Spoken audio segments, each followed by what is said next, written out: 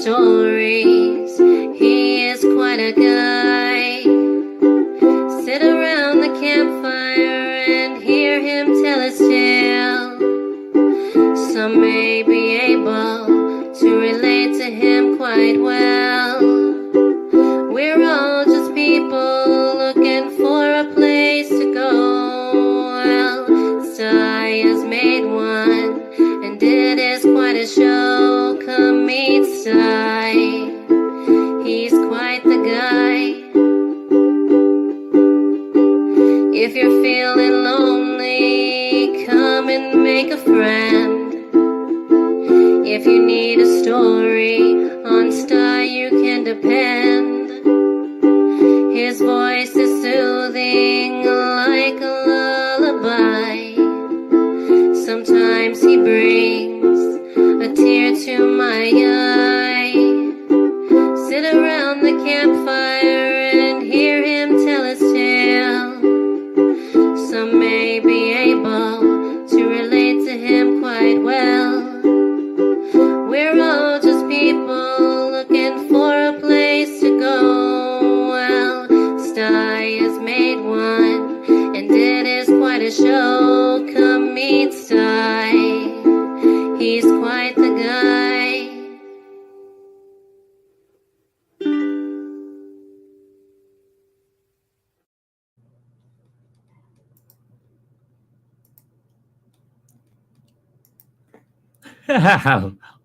Yeah, hit the wrong button, Sty. Why not? Right? Happy New Year's, everybody. Hey, it's great to see y'all. Welcome to the Sty Shack. Yeah, Sty Shack Sunday. You know how it is. Got to get together on every Sunday we can. Last Sunday was Christmas.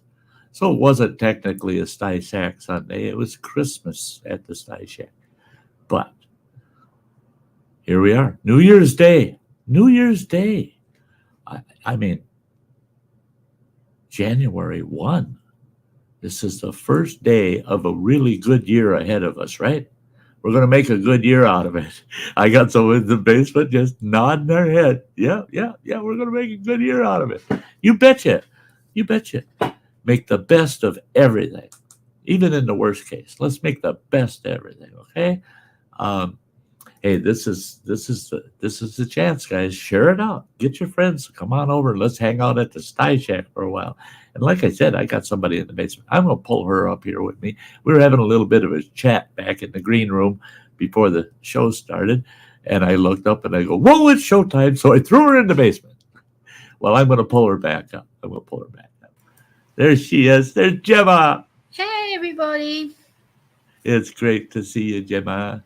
Always. Always. Yeah. It's We got January, the 1st of January. It is. Oh my gosh. 2023. And like Sty says, we're gonna make it the best year ever. We're gonna You make bet. it really special this year. So That's it. This morning I was thinking, I'm going, holy Lord, this is I turned 66 in February. woohoo! And Yeah. woo, 66. Big My birthday. God, my gosh. And my YouTube channel has been up for 7 years. So I was 59 when I started my YouTube channel. Nice. It's hard to believe. Time flies, man. It When flies. you're having fun. Oh, It's yes. especially when you're having fun. The more miserable you are, it seems like time just doesn't move fast enough. Yeah, But it kind of stops. yeah, get your kicks at 66. Hey, Scott Keller, it's good to see you. You bet. Get your kicks at 66. I like that. Hey, Kathy and Scott. Yeah, Kathy popped in real early. She had to yell out, "Happy New Year's!" There she is. Yeah, not a lot going on in the chat yet, and it'll liven up. Yeah. It'll liven up. The chat always starts out slow. Yeah. the- Always. That I don't know. That could be a good thing. maybe they're interested in what we have to say, right, Gemma? Yeah, always. There's always something interesting to learn about. Yeah. Everyone has something to say. Like I was saying earlier on my stream, we all have a story to share, and we always have something to share to educate others. So Right. Well, here's one. Here's something to share that a lot of the folks aren't aware of. Hold up your left hand there, girl. Look at there. She went through carpal tunnel surgery. yep, What, 3 days ago? Thursday. Yeah, so Thursday, Friday, Saturday, Sunday. Yeah, so 4 days ago. Yeah. Yeah, they basically they open you up from the bottom of the wrist bone here, open They're that bit, right down into the wrist. take the muscle and shave the bone at the bottom here, and then stitch me back up. And then I looked like I had a boxing glove on until this morning. I took it off and I'm like, ah. I got to see her yesterday with it all, the way they wrap it when they send you home, and it looked like she was wearing a boxing glove. Yeah, it was like my hand was all clawed and and she could bend her fingers last night, pretty good, but now she can close her hand, so that's coming back. And she said, Chris, you must be one heck of a miserable curmudgeon. Yeah. Oh, aren't I miserable? Aren't I miserable? Eh? No, Sty is not miserable. Oh. People think you may be miserable, but it's self-perception. That's a different issue. Chris wouldn't be Chris if he didn't try to make me sound like I'm a miserable old man, Hi, Cheesehead, by the way. Good to see you. But yeah, like I said, I had surgery, and it took 45 minutes for the operation, plus then I spent an hour in the recovery unit, and then they allowed me to go home. So it was that's pretty good. quick. I'm glad it went so well. My doctor was pretty pleased with me. I was his youngest patient who's had the double operation done within 9 years of each other. He goes, I was going to say no this time, Gemma. I'm like, well, you kind of had no choice, didn't you? I said, you had to do it. I was like, I was in too much pain. He's like, yeah, you didn't give me a choice, did you? I'm like, nope. No. And that's the good thing is you managed to convince them to get it done, and now you won't have to deal with all the pain and misery you were going through. Nope. That's the good thing. Yeah. I can actually feel my fingers. I can actually feel like the blood starting to pump through them again. So sure. I can actually feel the heat on my hands. I touched my fingers for the first time today. I'm like, they're not cold. They're actually hot, and I'm like, and the fact I can actually straighten them and I can actually touch each finger without hurting myself. I'm like, that's cool. Yeah. That's a good sign. Good sign. It's coming back. So I'm very happy about that. And like Sty said to me earlier, you have to take life's best opportunities. And I've had to teach myself, hey, Gemma, yes, you were struggling, you were suffering a little bit, but I've kicked myself back up and like, move on, do other things. So I've learned to pick myself up and do other things. You bet. Hey, Mary. Metal Music says, I came for a stack of pancakes. Does this look like the kitchen to you? I mean, come on, man. You make me feel hungry. Pancakes are breakfast food. Yeah. Oh, my gosh. Yeah, pancakes. Oh, I don't have it on here. I was going to say, well, I can change. It'll change my background. But for British people, pancakes are breakfast. Let's see. Where is it? I tried to figure out which one of these I got that in. Oh, okay, probably in this one. Have the appropriate background for Metal Music if he wants pancakes. Oh wow, nice. There, we got some frying pans on the wall. There, we can whip you up some pancakes. We'll whip you up some pancakes here. Hi Scott, how are you? I hope everyone's doing well today for the first New Year's Day. Yeah. January. It's going The to be awesome year, guys. We're good. We're gonna have some real good fun this year. It's gonna be awesome. metal music, pancakes we can eat on the drive. Uh, Technically, I don't think pancakes are a finger food. Yeah, Hey, technically, I yeah. I wouldn't say. Scott. Yeah, I'll go for that. I could stand some Belgian waffles. Yeah, that'd Oh, be. Belgian waffles. Oh yes. Oh I yes. I bought. I wish it wasn't all the way across the house. I grab it and show it to you. I bought this little waffle maker. Makes small Yeah. waffle like that, and it's camouflage. It's camouflage. It's awesome, Oh and it makes the perfect little waffles, and it cooks them quick and nice and crisp, and tender. Oh shit, that thing was. I got it for $6 at Walmart. I got that and a sandwich make. Oh, running water ran it in for me. Thank you. But there it is. There's my waffle maker. oh, that's cute. Ain't Oh, that cool? Look, that's so check it out. cool. Yeah, yeah. That's similar to my sister's one. She has a Disney Mickey Mouse one. That's small Uh like that, huh. and you make Mickey Mouse pancakes. It's really weird. The and the fact that it cost me $6. I got a little sandwich maker too for $6. That just Nice. makes one sandwich, like grilled cheese. It makes excellent grilled cheese. But for a single guy, I had a regular big Belgian waffle maker, Yeah. it made the big ones. And then I had the regular standard square waffle maker. Yeah. But they're so damn big. And this thing, I can make myself a couple of small waffles. And if I want a third one, nothing to it. Just get the third one going.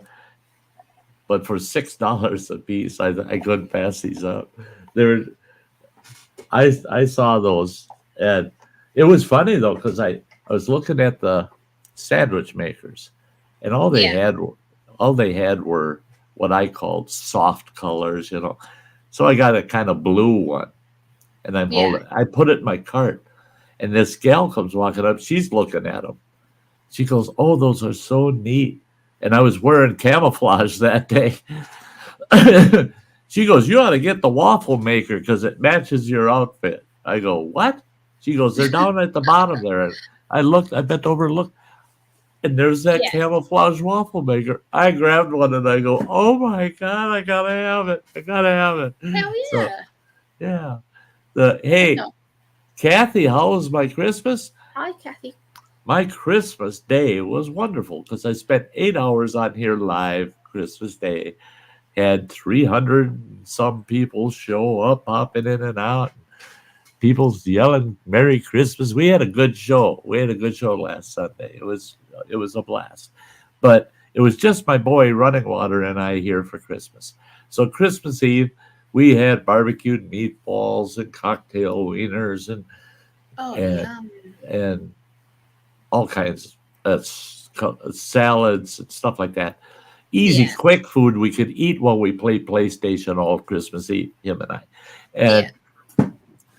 And then Christmas Day, of course, I did the 8 hour stream, and then that Yeah. evening, Running the Water, and I just played more PlayStation. He's in Oh, there that's now. fun. He's in there right now playing PlayStation.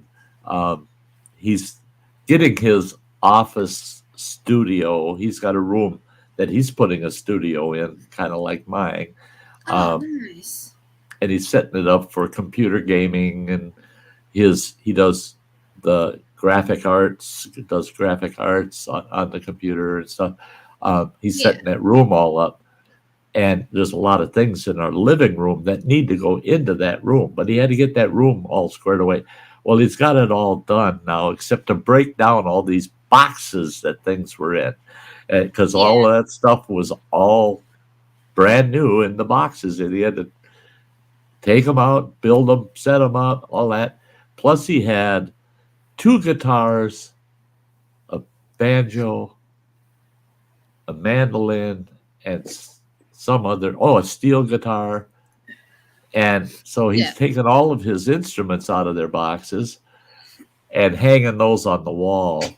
So he's been busy doing that. And he said, I'm going to play PlayStation while you stream today. And when you're done streaming, then I'm going back in the office, finish that so we can get the living room empty, because we got a brand new big rug going in our living room. That's really going to be a neat rug.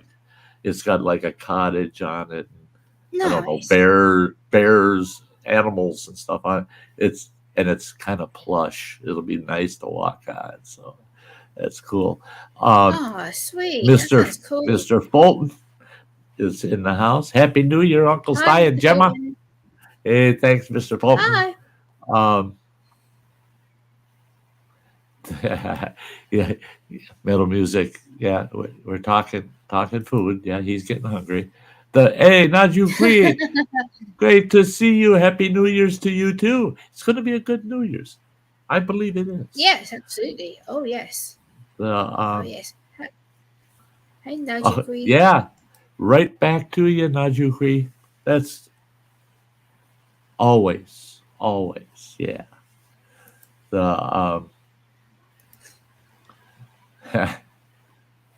I had, and it never did. I had a background for today that never did upload. Doggone it. Hey, McCoy's Oak Hill Farm. How are you? Happy New Year. Hey. Great to see you, McCoy's. Yeah. Hey, everybody. It's been so long. It's nice. It's so nice to have you coming back to the shows. Yeah, she was always around for a long time. Sorry I missed it. We moved 21st in-house, got yard, so it was unpacking. Missed it. Yeah, totally understood, girl. You move on the 21st of December. You're busy over Christmas. Yeah. Oh, yeah. I'm glad you're good, McCoy's. That's good. Yeah, it's good to hear. It's good to hear. And Mr. Fulton, yeah, pretty sharp suit jacket you got there. Yeah. He had gotten a sparkly blue suit jacket. Yeah. I have one in pink like that, so I have a lot of sparkly stuff. And again, it's part of my Elvis collection. Yeah, it was a fast move, eh? Yeah, ain't that something? I've had several fast moves over my life where it's just, oh man, we got to pack and run, get it unpacked, and then just boom, boom, boom, boom. This last move coming into Running Water's house seemed to take forever. My youngest boy was so slow at getting out of here. You're so slow. I remember you talked to me and Sam about that, and you were like, "Oh, it's just a drag." Like you were telling us. Hey, Bradley. Bradley. What's up? It's Sty Shack Sunday. That's what's up. We come over here and hang out on Sundays, you know. Yep. We hang out. That's what's up. Yeah, later.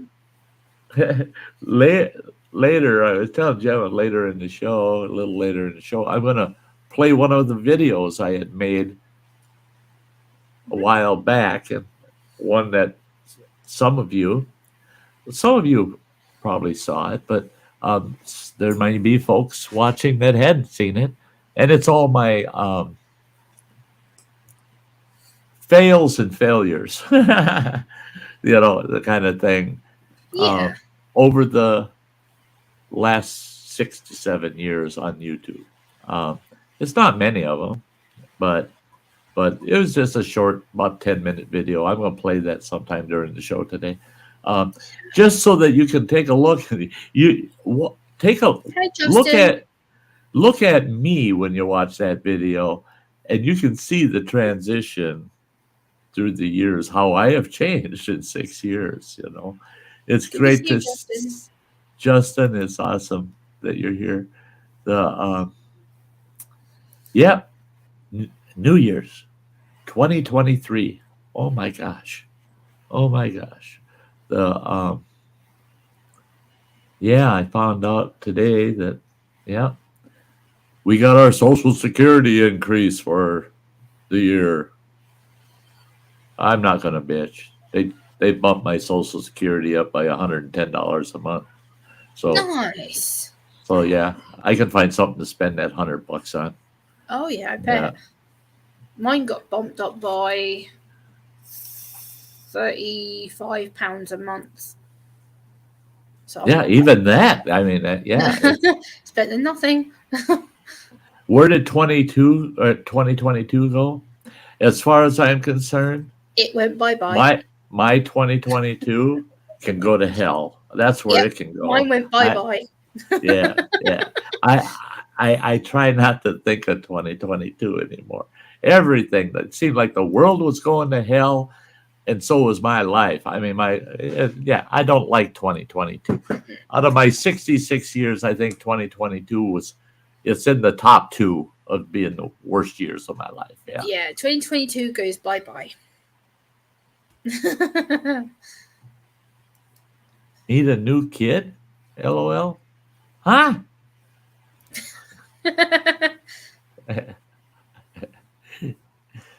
Yeah, 2023 is going to be great, McCoy's Oak Farm. I'm determined to make it great because I've already got some plans in motion that I'm going to do. So I Me too. I'm going to do it. Me too. Yeah, Justin. 23 gonna be much better for you. Yes, I believe so. Absolutely. I'm actually excited for this year. Because I feel like I got a new lease on life, man. I do. I feel like I got a new lease on life. I'm ready to go. I'm ready to explore the world. I'm ready to have some fun. I'm ready to get things Absolutely. done. And this is last year I learned that I turned on the wrong road for all of 2022. And this is what life's really about right there. Your trip through life takes you down many roads. Oh, yes, it does. Some of them damn roads are as bumpy and full of potholes as you can get. Yeah. But then again, some of those roads can be quite pleasant to travel down. And I plan on 2023 to be nice, straight roads. I'm gonna love the year. I'm gonna make the best of the year. 2023 is going to be a great year for everyone. I'm excited about what I'm planning to do. I'm going to be. We've had enough rough years that we're due for a good one. Yeah, absolutely, because you just have to pick the right options. Absolutely, that's the main thing. Yeah. That's right. And that's it. Is a lot of roads in life. You look out, you go, well, that looks pretty good, and you head down that, and you make the first curve, and you go, oh no, that ain't such a good road to be on. Yeah, oh maybe no, I should here we go. Yeah. And what's the best thing to do? Don't stop. Just keep going till you get to the next road and take that one. Get off that road. That's it, right? Go on the other one. Yeah, that's it. Stay on that road no longer than you have to. And then once you find another road to get off that road, take it. If that's a bad road, take any other road. Sometimes the next road you take is just as bad as the last one or worse. Sometimes the next road you take is wonderful. And I think this road, 120 in 23, was great. I hope everybody gets on a nice, good road for life. Yeah. Absolutely. Yep. One thing that's happening here for 2023 is near the end of the month, I'll be bringing back Sty Times, my weekly, be 3 days a week, 3 shows. They're 1-hour shows, topic based. I'm working now on my topic list. It's going to take me a week or two to get everything squared away, ready to start the show back up. But that show will be coming back on. That'll be 3 shows a week, 1 hour each. And then I'm also contemplating bringing back Thursday night around the campfire, and Yay! we'll still have Sty Shack Sunday, um, and occasionally on Sty Shack Sundays, and you'll never know when. But occasionally, I'm going to plug a new Sty story in. So Yeah. I still have a few Sty stories on my list that were never done. So I'll plug them in occasionally Yeah. throughout the year. You know, uh, Yeah, Scott, life can be a giant pothole. It just depends the way you look at it. Like you can learn from it. Like I said to Sty earlier, you can always move on from the mistakes or little slip ups that you do, and then do something better afterwards. So it's just Bradley, I agree with you, and I disagree with you. You're talking about the bigger world in that statement. yeah, I'm talking about you make your world, your bubble, the best you can. You yeah. make Like me and it Sty talked doesn't about matter. that earlier. I could be living in the middle of Russia or Arabia or in the middle of Ukraine right now, and I'd still insist on having the attitude I have today. And I'm going to have a good year. I don't give a shit where Hell I am. yeah, Yeah. absolutely. Yeah. And those problems are problems that are dealt with outside of my personal bubble. I Yeah, plan on having a good life this year. Um, and yeah, Scott, life can be a giant pothole. It sure seems like that, don't it? You get in those yeah. Oh spots yeah, it where feels it's like just that. like Yeah, you're looking up. We used to say, well, there was a period of time when I was out in northwestern Montana where I was unemployed for an extended period of time, and I was just frustrated, man. I was just so frustrated. I said, "This is so beautiful. It's the most beautiful landscape and country out there that you could imagine. Rich with wildlife, rivers, lakes, mountains. It's beautiful, beautiful. But yeah. you can't survive off of it. Unless you want to live like a mountain man, you ain't going to survive off of it. No, Well, because you can't make an income, right? Well, there's only two things you can do, and that's be a logger, or be a miner, go in the ground, yeah, mine. Well, those two industries is all that's out there, unless you own a little store or something and you can make enough money to live on. So yeah, we always said, if you move to Montana, bring an income with you because there ain't none to earn out there, right? no, But but we lived in a canyon in a valley, a long valley, 150 miles long. That valley, mountains on both sides. That valley at its widest points was only about 5 miles wide, mountain to mountain. And the area we lived, it was only 1 mile from mountains to mountains yeah, through that valley. We called it the ditch. And once you get stuck in the ditch, you ain't getting out because you no. can't make enough money to ever get out of the ditch.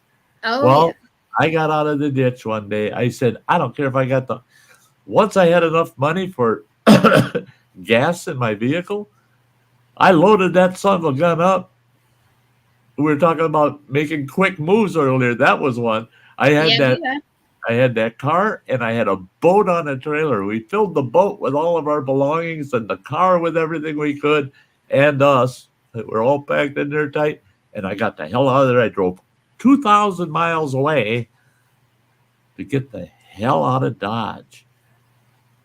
And then I became successful. I got out of the ditch. And Yeah.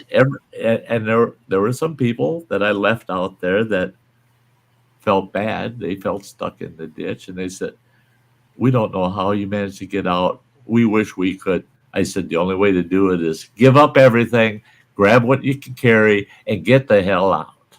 You got to just Yeah. get the hell out and forget about how pretty it is and how nice it is and just get the hell out of there. Because if you didn't bring your income with you, you can't afford to live there. Hey, No. Hey, indeed, NDT. great to see you. Happy New Year to you. Absolutely. The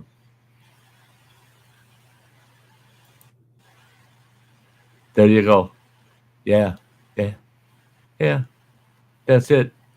You know, and the thing is I feel for people like folks Gemma's age versus me. I hate to tell people, especially younger people, I don't give a shit what happens. The whole country can fall apart, and it'll pick up, it'll rebuild, it'll fix itself. But maybe it has to collapse for it to ever get to that point. But to me, at my age, I don't give a shit. I might only live another 15 years or 20 years. So none of that's going to, in the long haul, really affect me that much. It's the people that are going to be around here for 25, 30, 40 years that really You're going need to to be be alive a lot concerned. longer than that. And well, 20 years from now, I'll be, I mean, for God's sakes, I'll be 86 years old. I mean, holy shit. The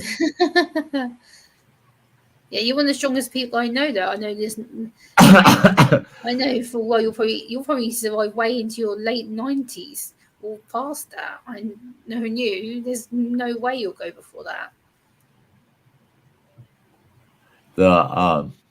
yeah, Bradley.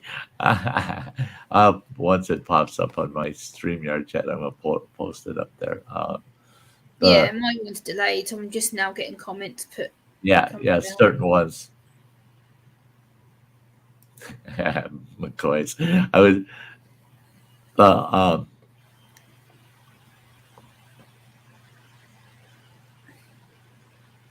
it didn't pop up. But Brad McCoy, you're funny. You're funny. But Bradley was saying my New Year's resolution is to be a better husband, and I'm going to try not to start shit this year. I can't promise anything. Bradley.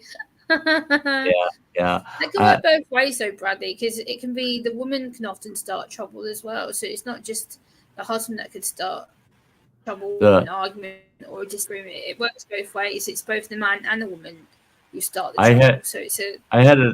I had an acquaintance of mine ask me, and see, I got divorced 6 years ago in January. It's maybe this is the 7th year, I think, but since we got divorced. But right after the divorce, I had an acquaintance of mine go, why did you get divorced? And I said, I had to. He said, why? And I said, well, I made a New Year's resolution that this year I'm going to make my wife happy. So I let her have a divorce. Made her happy. Yay. I had a New Year's resolution that worked for a change. Yeah. Woohoo. Yeah. New Year's resolutions is something that I think is a personal thing because everyone sets these goals to do something or they attempt to do something and half of them never ever being solved or they end up being broken in the first 3 weeks of pledging them. It's just I just don't bother. I'm like, if I pledge to do something, that one thing will get done because I know that one thing I've set myself. So I just don't do New Year's resolutions. I think it's no point. Yeah, McCoy. If things were to fall apart, the world came tumbling down, she says, I'll be around. I'm here to help. I know this. That's the way I am. Yeah, absolutely. I think everyone's if I'm here, if things fall apart and I'm here, I'll do what I can and I'll pitch in to help rebuild. You bet. But what I don't like is we have a college here in our town that a lot of the students are, really pushy about you're wrecking our world and it's got to be this way or that way to make it better and it's that. And they cornered me down at the post office one day, about a big group of them, and they're hounding me about the truck I drive. That thing, the gas hog, it burns so much gas, all the pollution it causes. And they Yeah. said, and by the way, you're smoking, all of that, you're putting in the air. And they said, 30 years from now, people are going to be choking because of the way you live today. And I said, 30 years from now, guess what? I won't give a shit. I'll be dead. Don't stop an old man on the street, tell him he has to change for your future. You change for your future. I'm going to live my life. I lived it for 60 years the way it's been. I'm not changing it in the last 10 or 20 just to satisfy your young little college butt. So you fix your side of it, and good luck in the future, because I don't care about your freaking future. I ain't going to be here. I'm not going to be here for your future. Well, don't you care about other people's futures? I said, I told you, good luck in the future. That's all they gave me when I was born, was good luck in the future, kid. I mean, that's life, man. You live with whatever is thrown at you. You have to make life what it is. You have to take it by the horns, and you have to make the best of it. Everyone does. Yeah. I've learned to do the best I can. I've had to adapt to living on my own. I've dealt with mental health issues. I've overcome a lot of that, and I've dealt with a lot of stuff I didn't think I'd deal with, but I have. You make the best of what you've got.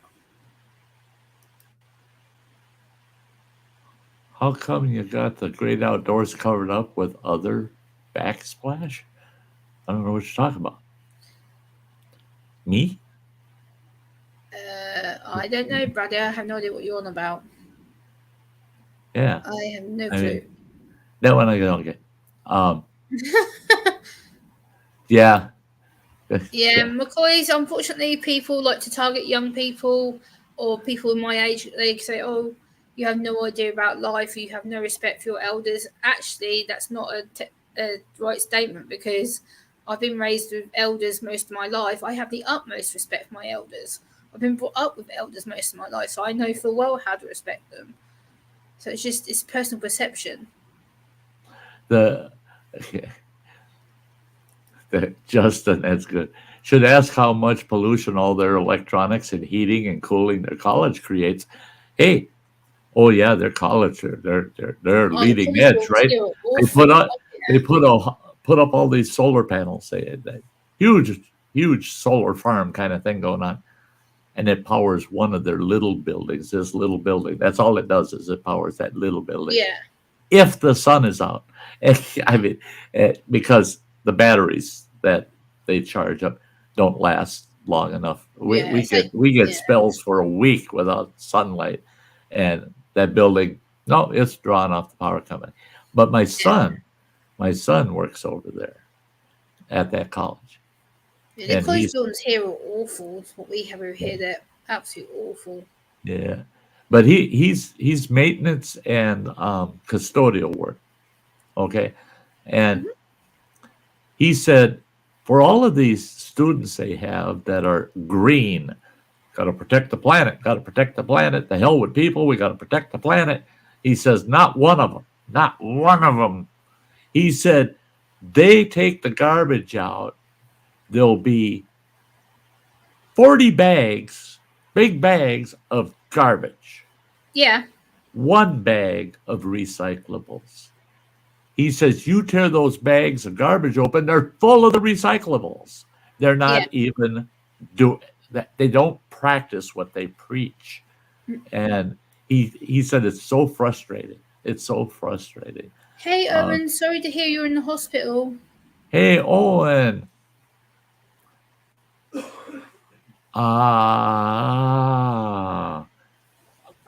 Why are you in the hospital? Is she being induced? His wife is due to have their baby. Oh, congratulations, Owen, buddy, what are you doing at the hospital on Sunday, New Year's Day? Everything's okay, Owen. Yeah. Let us know. Why are you at the hospital? Nabal, it is so good to see you. It's been a while. Pops in every once in a while. Good to see you. Great to see you. He did a lovely Christmas walk through his area the other day. It's absolutely stunning. Really nice. That's pretty good because did you ask them what their diet was like? I know what their diets are like. I've got my Oh, that's awesome, Owen. Congratulations. her water broke, so we're just waiting. Oh yeah, the baby's on its way. Oh, I'm gonna be great. Congratulations, I'm gonna Owen. be great grandpa again. Woohoo! Holy smokes! What have I got? 1, 2, 3. 1, 2, 3. I believe this will be great grandchild number 4. Hey, Sky. Oh, Skylar, that's the girl right there, right there. We can't wait to come up with the baby.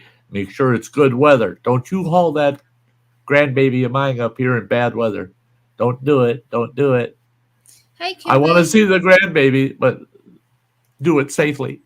Oh my gosh, the kids. Oh, those two, Owen and Skylar, God bless them. They got me back and forth from my home to Rochester, Minnesota. That's a long frickin' drive, 4.5, 5 hours from here. They got me back and forth through all of my cancer Yeah. thing. They got me down there for my surgery. They got me home from my surgery. They took me down there for my week-long stay at the clinic down there in Rochester at the Mayo Clinic. Yeah. But if it wasn't for them, I don't know how I would have gotten through it. Them and their mother, my oldest daughter, Mariah, they, as far as getting me access to all of those services, I would have never gotten rid of that cancer. I would have never been able to. I couldn't make the trip. My health would not allow me to make the trip to where I had to drive myself. And I couldn't find anybody to take me. I couldn't even hire somebody to take me. No. That's a change in this world I'd like to see happen.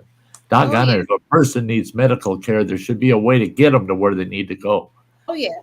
I couldn't get there. There's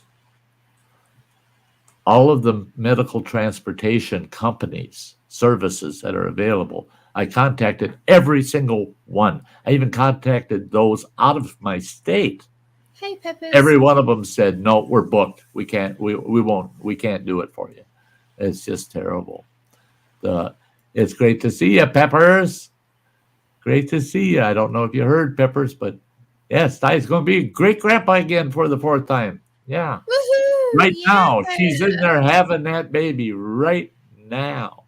Sorry, guys, I can't take you there live.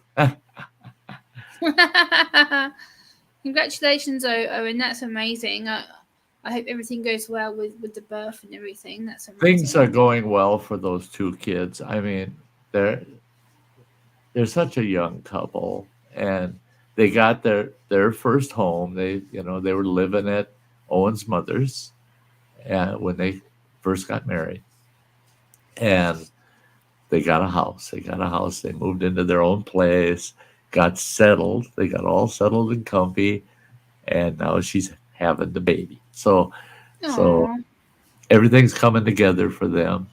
Everything's I am so glad to hear it. Yeah. That Justin, that would make a heck of a live stream, wouldn't it? Hey, live from the hospital. Sty's having his 4th great grandbaby. Oh, there it comes. There it is. Oh my gosh, look at that kid. Yeah, that'd be quite the live stream, wouldn't it? Yeah, I bet you're excited, Owen. Yeah, I can remember when my nephew was born, the day that I was at work and getting the phone call to say that I was an aunt. That was the most weird day for me. It's like, I'm at work. Now I'm not. Now I've got to go and meet a baby. It was weird. When it comes to the little ones, I know for some people it just kind of shocks them, but my youngest granddaughter, she's probably the last grandchild that will be born now, because all my children are now over 40 years old, so they're not in the having children ballpark anymore. They've had their kids, they're done with that, But my last grandbaby, she's got a very severe genetic disorder, and so she's got Yeah. health problems that are just insane. Her poor mother's like a 24/7. So she's not like a 24/7. She is a 24/7 nurse for Yeah. her baby, for her little one. She's a couple years old. She's on a feeding tube for probably the rest of her life. She's got to have CPAP to sleep. I mean, she can't even take a nap without getting that CPAP machine on her. She's got neurological problems. She can't walk. She can use a walker, but she can't walk on her own. Yeah. And she's got equipment attached to her all the time. But she's the smiliest, wild ass little girl you ever met. She's got so Aw. much personality, and she's Yeah. just you would not, if you met her and spent time with her, you would go, that kid doesn't even know that she's got these problems. She doesn't even know it. She's just living life. She don't give a shit. Yeah. To her, that's her life, and she wants to be happy. You can tell that kid wants to have fun. She wants to be happy, and I took to her She's going to be an immediately. influence on the world. She'll make a difference for other people, and she'll Yeah. realize that she's got a purpose to help people. And that's the thing is I just hope she provides inspiration to others that this disease is so rare that she has that Yeah. currently there's just over 90 people in the whole world that have been diagnosed with it. Oh, okay. It's that rare of a genetic disorder. And so my daughter belongs to this organization, this group of all people from all over the world with children with that genetic disorder. It just popped up just a few years ago, that they actually identified this disorder. And Yeah. and these kids are all identical. Boy, if you're allowed into that group, it's really a private kind of thing. They're real careful with it, because they get a lot of people on there that make it hard Yeah. for them, and they're all on there to support each other on how to raise these children in this condition. Yeah. I think the oldest one that my daughter has identified that has that condition within that group is like 14 years old or something like that. So you don't have young adults yet that even have that disorder. How are and they're studying every one of these kids to see how they develop and things. Now, like my granddaughter, she can't talk. She doesn't speak. She makes noise. So if she wants to scream at you, she will. Or she screams if she's having fun, but she can't verbalize things. But yeah, they figured there's other ways of communicating. There's noise is communication. Yeah, and they figure with time they'll be able to work with her, and she'll be able to talk. She'll be able to. It's just delayed. And like Owen's saying, she's the happiest little kid I've ever seen, though. Yeah, a lot of people with neurological conditions who are late speakers do end up getting delayed, but eventually they do talk, and they communicate in their own ways that makes them successful. We need to stop putting so much pressure on people with disabilities to conform to certain expectations. It's not realistic. Did I miss her earlier? Sure I did. I feel so bad. Kimberly, I missed you, girl. Oh, I feel so bad. I did greet Kimberly when she came in. I did say hello when I saw her. Good. That's what I got Gemma for, in case I get rattling on and I miss somebody in the chat. Yeah, I did greet her a couple of times when she came in, so I did acknowledge her when she Good. came in. Kimberly's another one of my favorites, you know. Yeah, she's one of my good friends. I got her on Facebook. I'm connected with Kimberly on Facebook. Yeah, Kimberly's great. Kimberly's great. That's why she's one of my mods. I mean, she's been with me Kimberly's a so sweetheart. long. She's really lovely. She's been with my channel so long that there's no way in heck I wasn't going to give her a blue wrench, you know. And people ask me, why don't you give out blue wrenches? Well, because I don't need a lot of moderators. You guys, No, it's based on everybody here gets along so well. I just have a few trusted mods. And it's relationship and trust. It's a relationship you build. And they take good care of the channel. So I just don't. Some channels like to give everybody a wrench. Some people don't give anyone a wrench.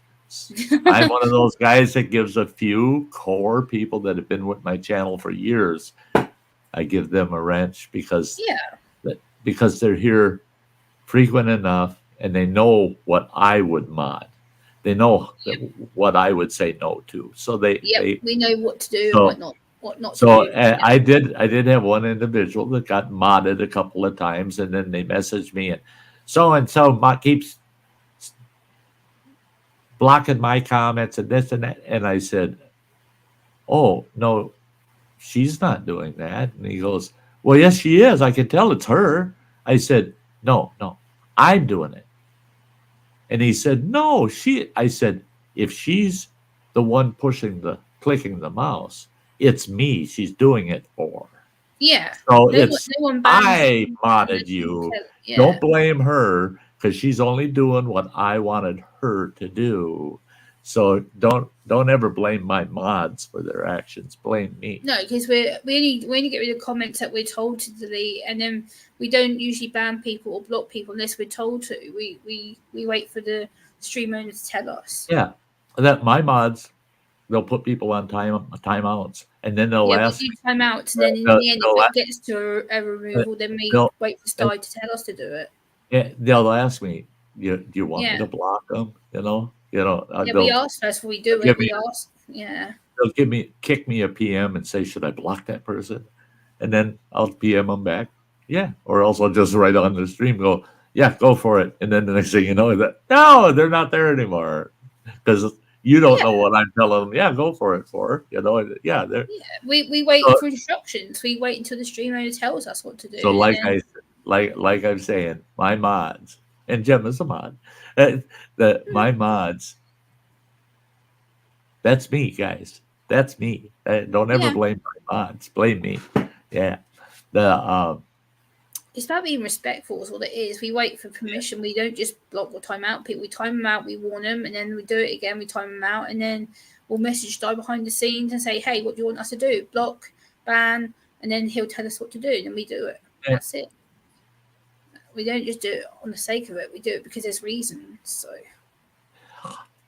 speaking of people that watch the channel and the like, I gotta do this, guys.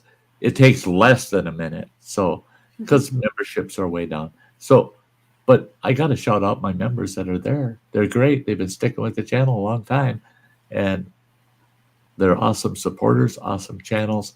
Check them out. This only takes, like I said, it's less than a minute if I can find it. Yeah. It's here. There it is. Okay, we'll be right back. Don't go anywhere. Don't go anywhere.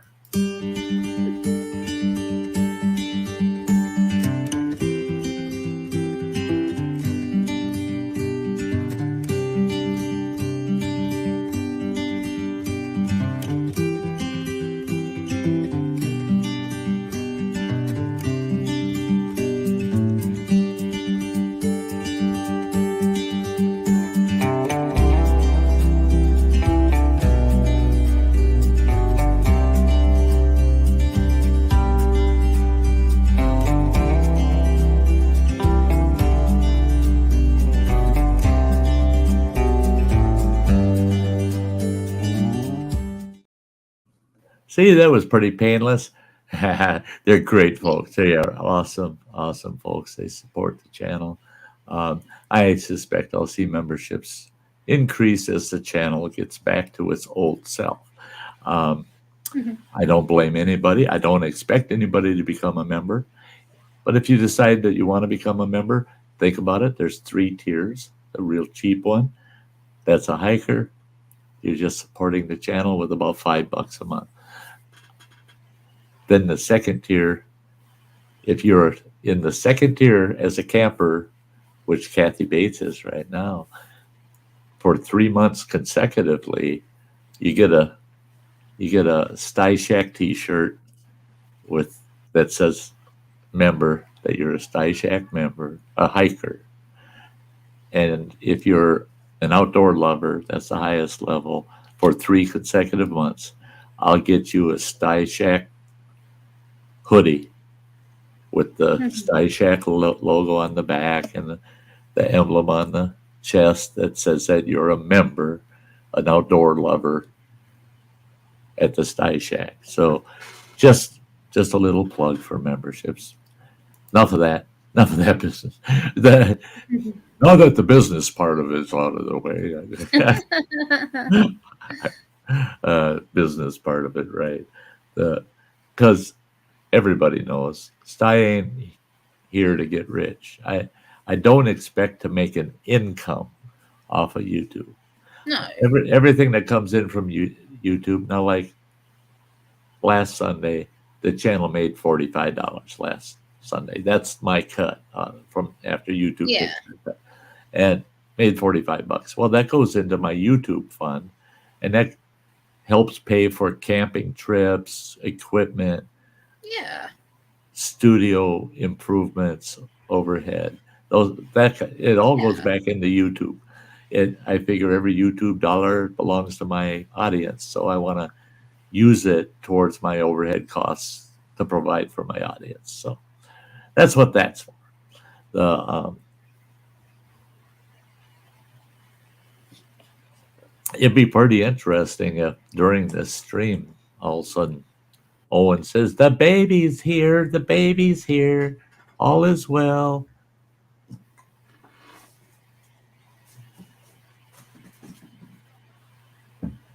Yeah, when he said he's at the hospital, the only thing that could come to mind would be his little sister, the little girl I was talking about with the genetic disorder, or Skylar, his wife.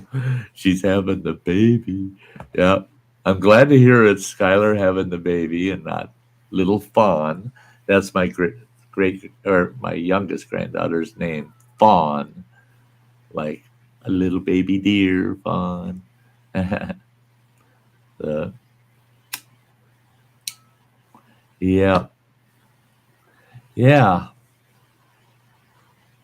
Got quiet out in the chat. You got quiet out in the chat. One stream I had a certain individual typing everything in uppercase, all uppercase, all caps. And I told them, "Would you quit yelling at me in the chat? I can't hear what everybody else is typing." And they said, "You don't use your ears to read." I said, "Well, wait a minute. I had a doctor tell me my ear sight was really bad."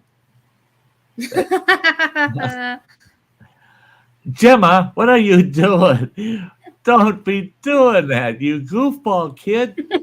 Oh, don't be doing that. You're silly. You're being silly. I'm not. You're being Gemma. You're being I'm being me. I'm being the original goofball.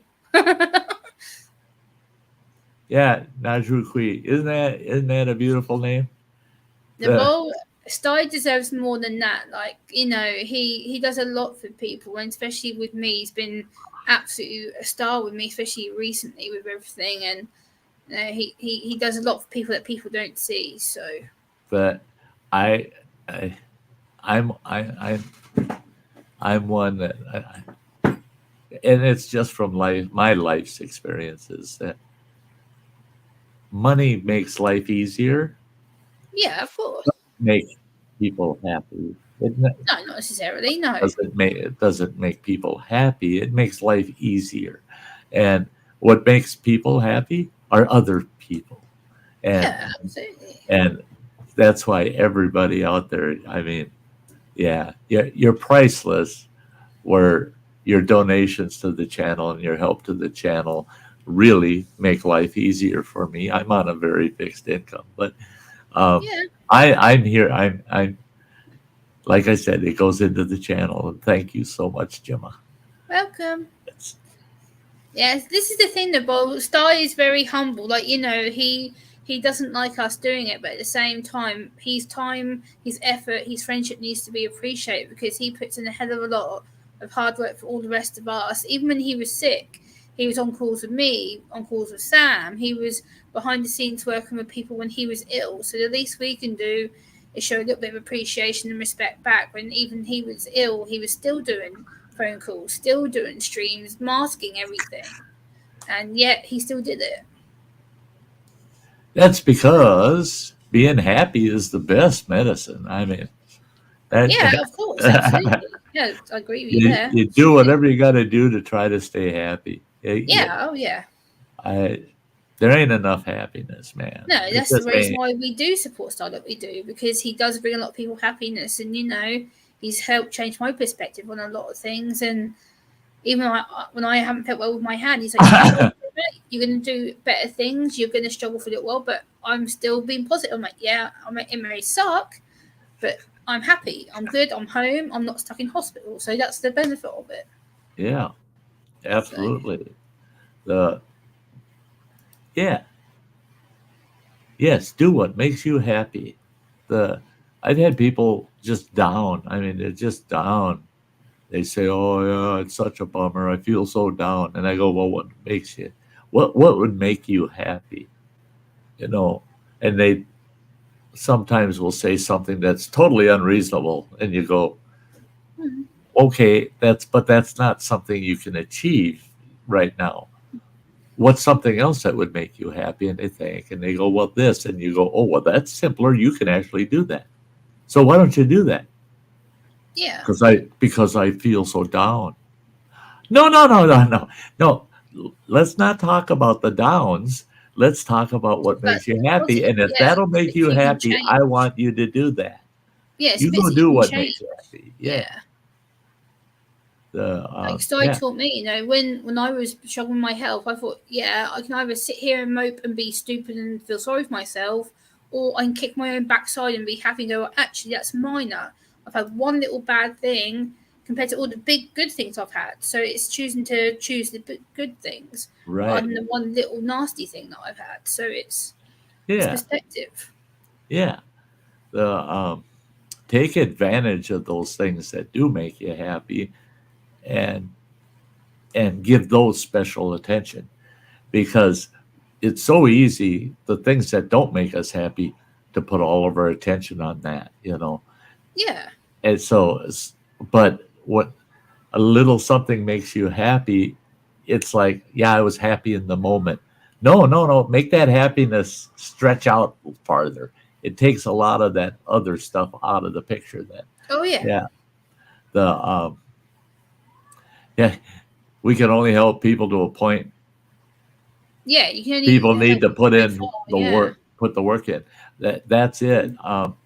I am one, and Running Water will vouch for it, because he's heard it so many times from, well, all my kids have heard it from me so many times. I am I'll help anybody. I'll help anybody that I Yeah. see that I see that have tried to help themselves. You know, they're in a situation and they've done everything they can, but they can't get out of it. So maybe if I put a little extra in for them, it'll get them out of it. Yeah. But they've put their time into it. They've made their efforts the best they could, and they Mhm. still haven't accomplished what they needed. Then boy, I'm right there to help, because they put in the front end work. I'll help get them all the way, but Yeah. I'm not going to take them. That someone says, "Oh, I lost my home." Okay, have you checked with this shelter, that shelter? Have you done this? Have you done that? No, no, I just lost my home. Well, what are you trying to do about it? I'm not trying to do nothing. Well, aren't you stupid? Yeah, you should be You trying know, to do something. Yeah. okay, there's places out there that could help you. Go try to find some of those. And if they aren't going to help you, then come back to me. But don't come to me and you haven't done anything for Yeah, you have yourself. to help yourself first before someone else. Right. If you try helping yourself and I see that you put your effort into it, I'm more than willing to help you if I can. The Yeah. but I'm not gonna do it I saw your just story for actually you. reminded me, like when I was struggling with my hand and I was going backwards and forwards to the doctors and to the physio, and I'm like, Sty, nothing's working. I'm literally banging on the door, like, look, help me. I'm not getting anywhere. So I was like, keep trying. And then eventually I pushed and I pushed and I pushed, and I'm like, damn it, I can't do this anymore. And I literally, the doctor then was like, oh, now she's raising a complaint. Well, yeah, because I'm in pain. And it finally took that one push to go, enough.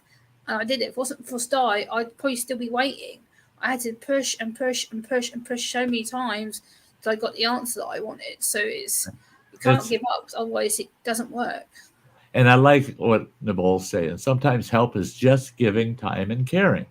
And Yeah, and that is true because I've been in situations where I go, "Oh my God, I can't get through this. I can't get through this."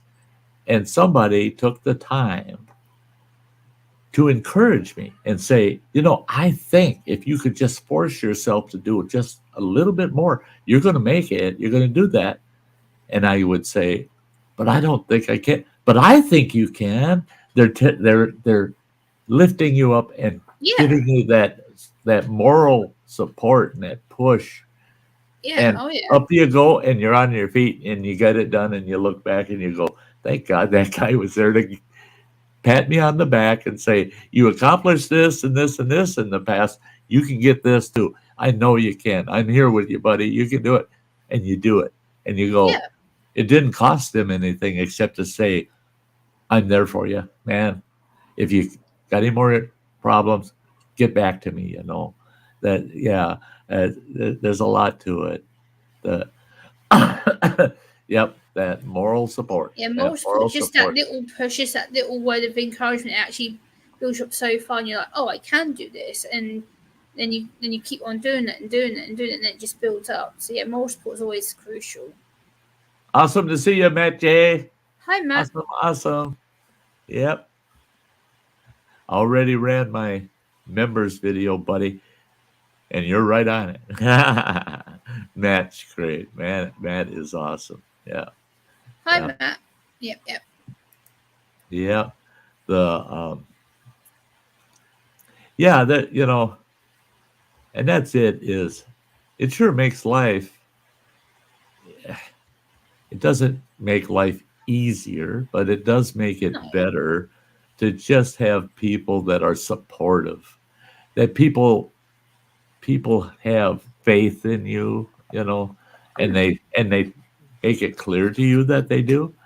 Yeah, That oh that yeah. goes a long ways. That may not make life easier, but it makes it better. It makes Yeah, it better having because that one person to back you up and have faith in you, that means the world to me. Like when Sty says to me, Gemma, you can do this, you can do this and this and this and this, and I'm like, but he's like, Gemma, and I'm like, okay, yeah, once I get it in you my head and can. I process it, I'm like, I can do it. And I go away Yeah. and I prove to myself I've done it. I'm like, why the hell didn't I listen? There, So there's been times. There's been times I've told Jim, like, "Oh, you can do it. Yeah, don't worry about it, girl. You can handle it. You'll do it." And I'm telling in my own head, telling myself, I just hope she doesn't ask me how. I just have faith in her. I have faith in her that she can do it, but I'm not yeah, sure and amount of how times she's going to I've do it. messaged down, I'm like, how do I do this? He's like, well, if you do this and this and this, I'm like, oh, it's so simple. Why the hell did I overcomplicate it? I'm like, no. And the thing is it's the same old rule. Um, you don't know sometimes if it's going to work or not unless you try. Yeah, You know, exactly. and Yeah, so yeah. so many people in the world aren't willing to even try. And it's like, Well, and it's like asking for something you need. People say, I'm not going to ask because I know they're going to say no. I said, how do you know that they're going to say no? Well, they've said no to other people, but they haven't never had the opportunity to say yes to you. So you won't know if they're going to say no Yeah, they're unless not you gonna ask. know. Yeah. And so, yeah, but what if they say no? They say no. Yeah, if they say So, no, they say no, there's nothing you but can at do. You least you'll try. know it's a no. Yeah, exactly. At least you And try. and I've done that many a times. Had to say to myself, "Go ahead and ask them. Go ahead and ask them. All they can do is say no, and Yeah, exactly. Oh and yeah, that too. and no shouldn't hurt you. No, it makes It you shouldn't hurt stronger. any more than not having an answer at all. No, I it mean, helps you get so stronger. Yeah. it's that one time you ask someone for something and they say yes, you can just go yes, yes. That's Yeah, cool. exactly. That's so You got cool. that. Yeah, you got that happy thing. Yeah, yeah. So, but I gotta practice what I preach because Like I said to I don't Simon, ask I could people. have given up many times when it came to accessing help for the surgery that I needed for my hand, and I kept pushing it, and the doctor's like, "No, you're too young. No, it's too soon." I'm like, "Oh," and I was just like, backs forwards, and I'm like, "Look, enough. I need it. I need it now. I'm in pain. I can't use my arm. I'm not sleeping. I'm not eating. I'm getting fed up." And I remember the phone started going, God, what the hell do I do? And then I just pushed the final time. I'm like, I need it. I've got autism. My anxiety's through the roof. I don't cope well with pain. I need this to be ended. And within 6 weeks of me doing that final ask, I'm like, it went from being no to 4 weeks. Oh, can you have surgery in 4 weeks? I'm like, why did I have such a fight? Why was it so long? I'm like, Right, it was such a nightmare, but it got there. right. I just had to At push and least you try. got there. That's right. Yeah. So it The just proves that you have to try. It works in yeah, the end. yeah. The yeah. That's why a person should never give up. You know, should No, never. it's like, and the result is I get a little 20 stitches in my hand. I'm able to use my hand again, partially. So it always works. I like that. Yes, they can. Uh, yes, you That's know, funny. they That's can't funny. bite you, but there are people out there that'll bite you. Oh, yeah. Oh, There yeah. are people that'll bite you. I One of my grandkids, I won't identify which one. I said, "No, you can't have that. You can't play with that." Took it away from him, and I'm looking away, and all of a sudden I'm going, "Ay, yay!" I turn, little monster was biting me in the arm. I Oh, said, yeah. I've had "What that. the hell did you bite me for?" You took that from me. So, yeah. I Yeah, said, I had my "No." I nephew said, used to do that when he was "No." And younger. that kid bit me. I remember one So, time my nephew had this noisy toy, and I said to him 3 times, nice. I was like, can you go and play with another toy? Put the noisy toy down. It's driving me nuts.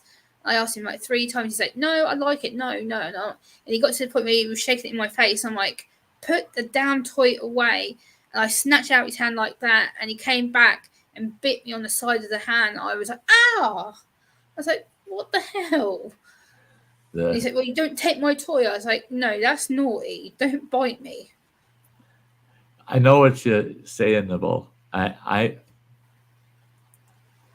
can get a little preachy about, you know, being happy, living through life happy, and blah blah blah. I had a lot of unhappy years in my life, a lot of unhappy years. But again, I have to remind myself quite often to practice what I preach, you know. And the thing is people, what you say, people see you in your life and they go, he doesn't live like he talks, you know.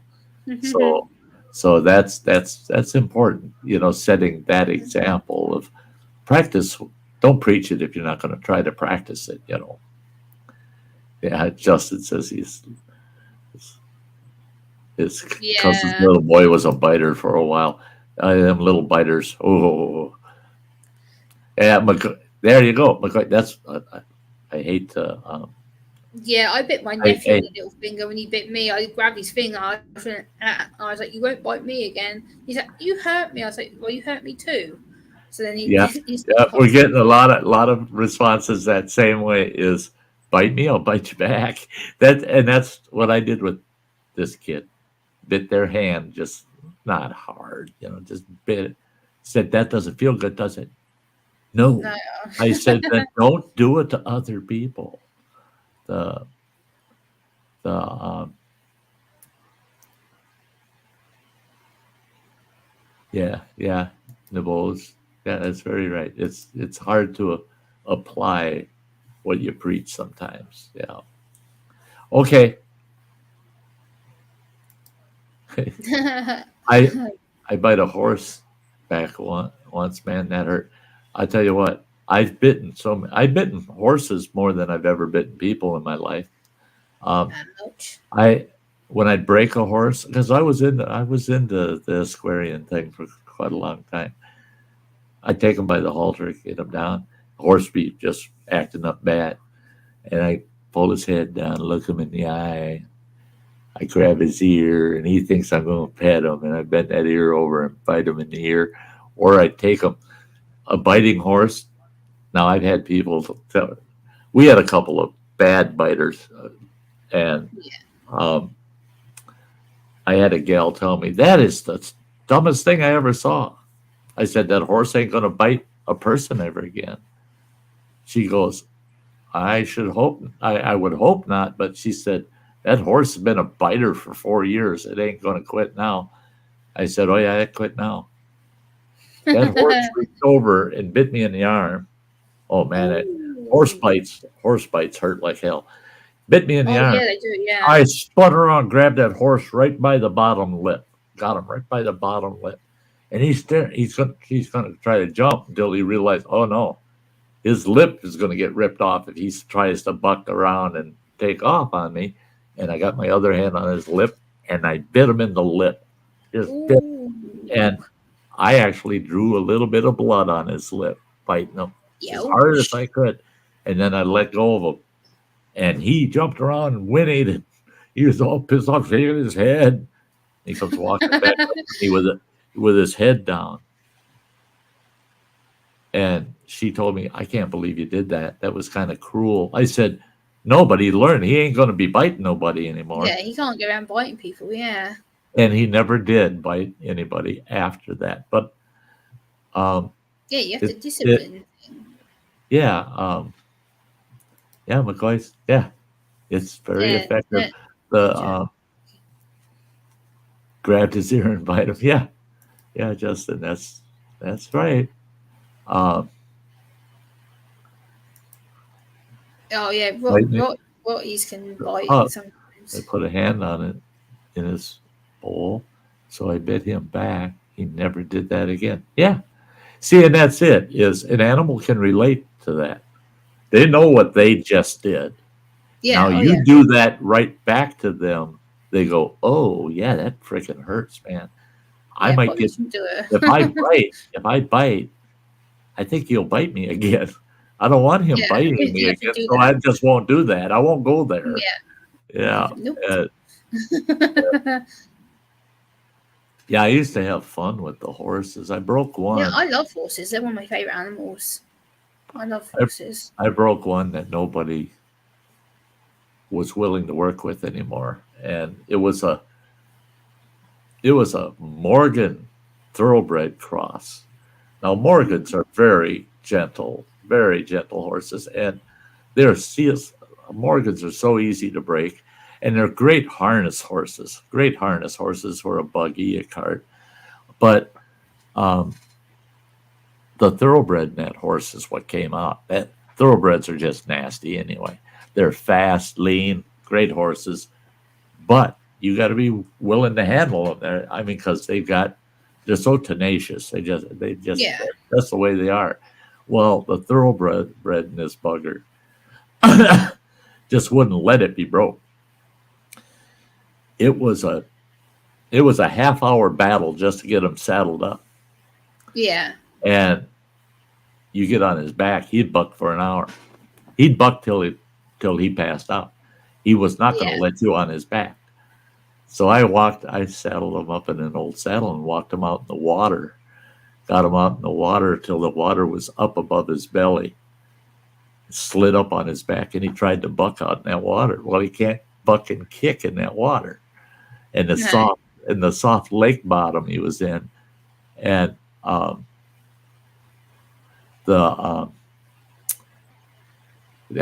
and he broke. I rode him out there for almost an hour in that water. And it's nice because it keeps them cooled down. They don't overheat. But he got wore out. And then he allowed me to ride him out of the water. There's my daughter, and she's saying that Owen and Skylar we're all watching you right now while Skylar is in labor. It's like having us at the hospital with you, eh, girl? Yeah, so you got over a dozen people keeping tabs on Grandpa Sty's next great grandbaby. Yeah. This is cool. Hey, Nabol, you take very good care of yourself. You have a wonderful 2023. We're all going to do our best to do the same. You betcha. Stay in touch. Yeah. But horses can be quite interesting. Yeah. Yeah, I used to horse ride I started horse riding when I was 6, and I gave it up when I was 17, 18, because I got thrown off a horse and I hit my head and knocked myself out, and it put me off. I was like, nope. I got involved with horses when I was 12 years old, and I worked for a local stable, and they were a riding stable that you could come and rent a horse and go riding, kind of place. Plus we did boarding. We boarded horses there. And so I got hired on as a boarder and cleaning stables, walking horses, grooming horses, riding horses, just lots of heavy horse labor kind of stuff, all of the dirty end of the job kind of stuff. Well, the owner of the stables, they said I rode well, and he was a retired rodeo rider. He rode saddle bronc and bull, and he raised Brahma bulls for the rodeo circuit, and he had some big Brahmas on his ranch there. Well, he got me interested, so I started riding bull and bareback bronc. I rode saddle, and learned to like it. So I went into the high school rodeo circuit for a year. Nice. And rode bull, and I got to ride saddle bronc, several competitions. And then one year out of high school rodeo, I went to what they call the Hippodrome in Minneapolis, Minnesota. It's at their state fairgrounds. There was a big rodeo going on, and it was a Loretta Lynn sponsored rodeo. The great country singer, Loretta Lynn. I wanted to ride in that rodeo, and I went down and I said I want to register to ride. Well, I can't remember what the entry fee was. It was too steep. I didn't have the money. And they asked me what I wanted to ride, and I said bull and bareback bronc. And they said, well, there's an entry fee for both. And I said, I can't swing it.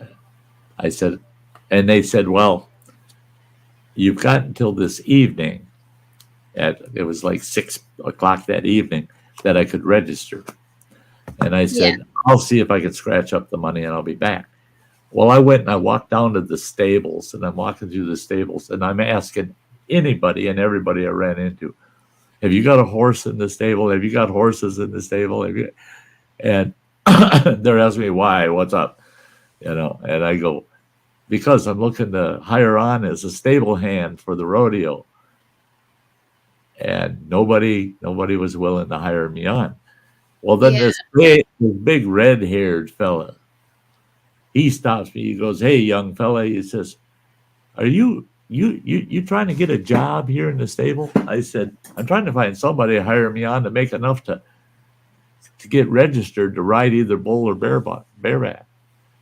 He goes, "How good are you with horses?" I said, "I love horses. I love horses. I'll take really good of your horses. If you got horses, I'll take good care of them. Promise. I'm Yeah. looking for a job." He says, "Come on, I'll show you what I got." And he takes me over, and here's a double stall, two stalls, and in each one, a pair of the most beautiful Palomino horses you ever saw. They were beautiful horses. And I said, "Just these two?" And he goes, "Yeah, these two." And he said, "What's your name?" And he pulled up out of his Western style jacket. Yeah. The dude, he's all dressed fancy. He pulls out this notebook, opens it up. He goes, "I need your name, blah, blah." And there's a couple things he needed, and he wrote it down. And I go, "What do you need that for?" And he says, "Because I'm going down. What do you want me to register you for?" I said, "Get me on bull. Get me on bull. Even if you just get me on bull, I'll take the rest. And if there's anything left after the fee, I'll take the rest and pay." He goes, "Done deal." He leaves. I go in. I mucked out the stables. I curried the horses, brushed them all down, cleaned them up. They're looking sharp. And he comes back and he goes, "You're all set. You're all registered to ride bull." I said, "Awesome. Sweet, sweet." Nice. Yeah. He hands me my number. They give you a number that you wear on. Yeah. He hands me my number. So I know I'm in. And he says to me, he said, "Oh my gosh, you got the pair looking pretty." He said, "Oh man, their stalls are cleaner than my living room." I go, "Oh, I'll take good care of them. I promise you, I'll take good care of them. But I can't be with them when they're riding. I got to be down at the chutes." Yeah. And he goes, "Oh no, I understand. I totally understand. You take good care of them. They won't miss you during that time." And he says, "Plus, they're both going to be in use during the rodeo. So don't worry about it." I said, "Oh, Yeah. okay." And he said, and he just shook his head. And as he walked away, he goes, "Loretta's going to be really happy with those horses when she sees them." He walked away. I had these 3 stable hands come walking over to me. "How in the hell did you get a job taking care of those horses?" I said, "That guy come up to me."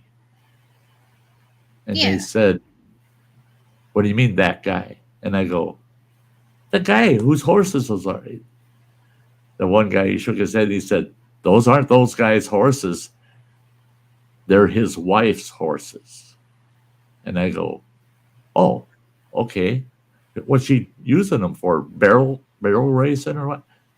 They go, "No, they're parade horses. Those belong to Loretta Lynn." Oh wow. So I was tending Loretta Lynn's horses for it was a 4-day event. So for 4 days, I tended her horses. She came out to the stables and played and sang in the stable Nice. for all of us stable hands out there. It was so cool. It was so cool. I bet. That sounds amazing. I didn't fare well though.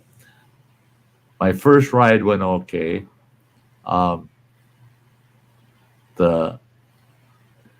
rode a small pitch black Brahma that they called a bone breaker. I thought that ain't good. and he Nice. wasn't. I stayed on him for about 4 seconds, and got to hit them 8 seconds, man. You got to go 8. You ain't going to score without 8. Yeah. And then the second bull I drew, that did me in. White Lightning. He was called. Big, huge, white Brahma. God, he was big. The hump on his back came up to my chin. Yeah. He was that big. Every time he bucked you, your face hit that hump, man. It was hitting his hump. And but I was in the stall, getting situated, getting myself comfortable, getting my hand wrapped good and tight. Everything seems to be going well. And they got a cinch strap goes around the Yeah. flank of the bull and gives them a pinch. That's what sends them out bucking.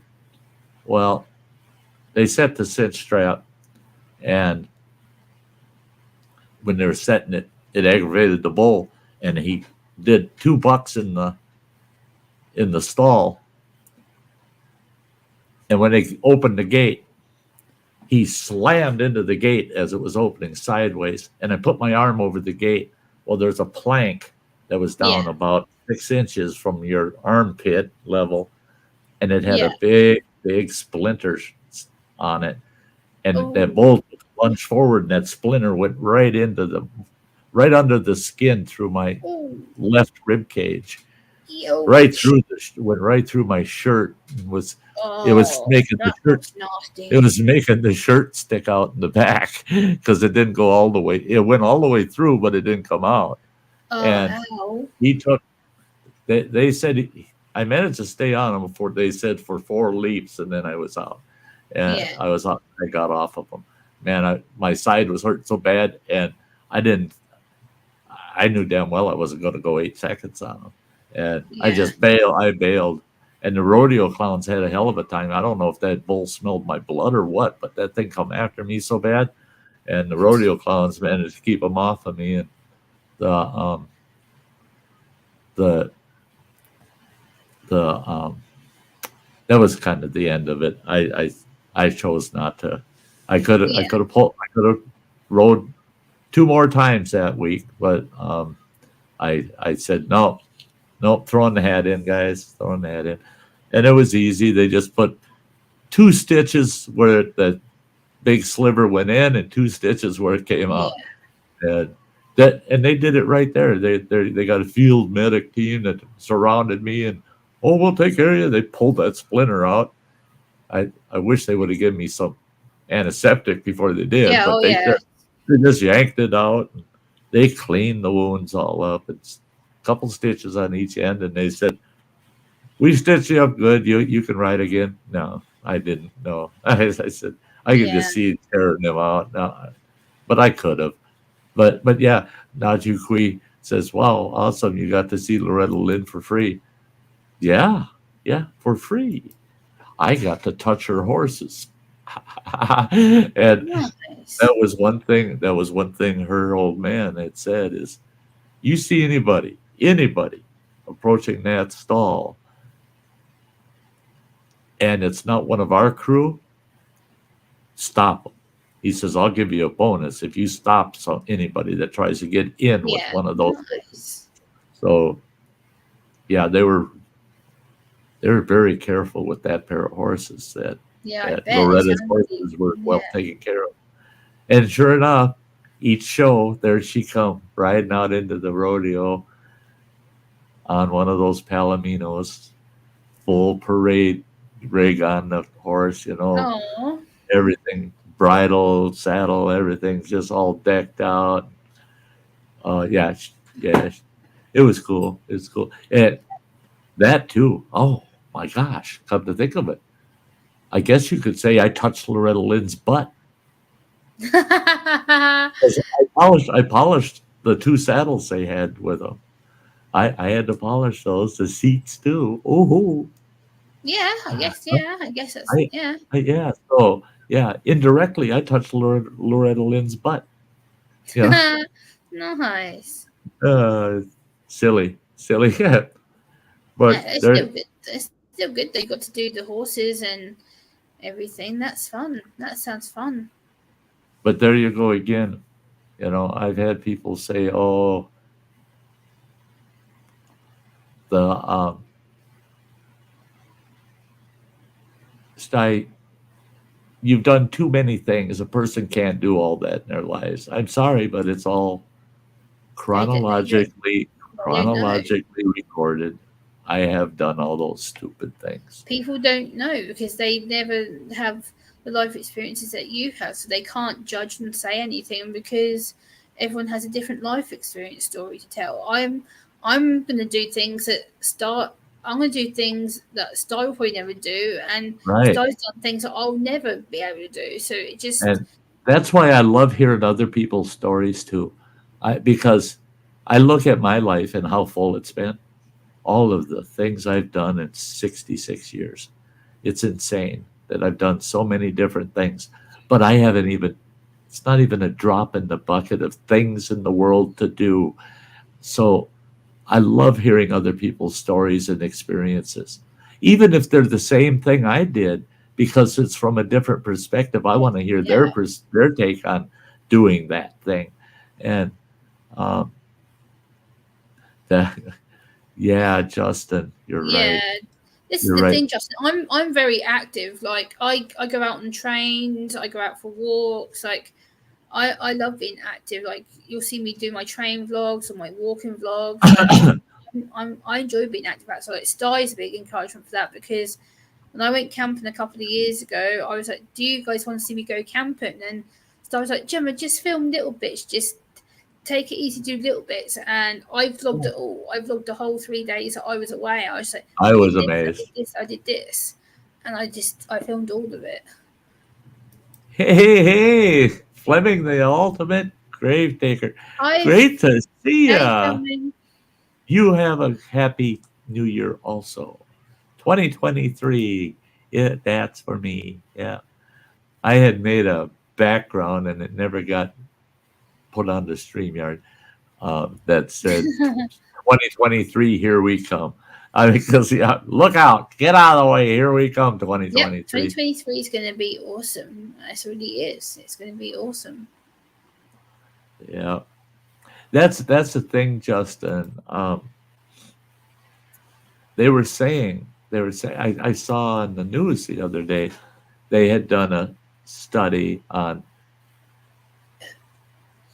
college students and how much they party, right? Mhm. Everybody knows you go to college, you're going to party. You're going to party Yeah. hardy. Okay, the percentage of college students that say they partied at least once a month Oh, yeah. back in 1988. The year I was born, 1988, that's a long time ago, was 34 years ago. it was 88% of students said they party at least once a month. They just did a study 2022 early this year, this last year. Yeah. And that study came back and said that only 67% of the students party once a month, at least once a month.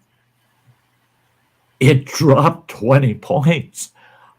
And they said, the next question they asked those students wasn't, what do you do when you're not partying? And all of them said they were on social media.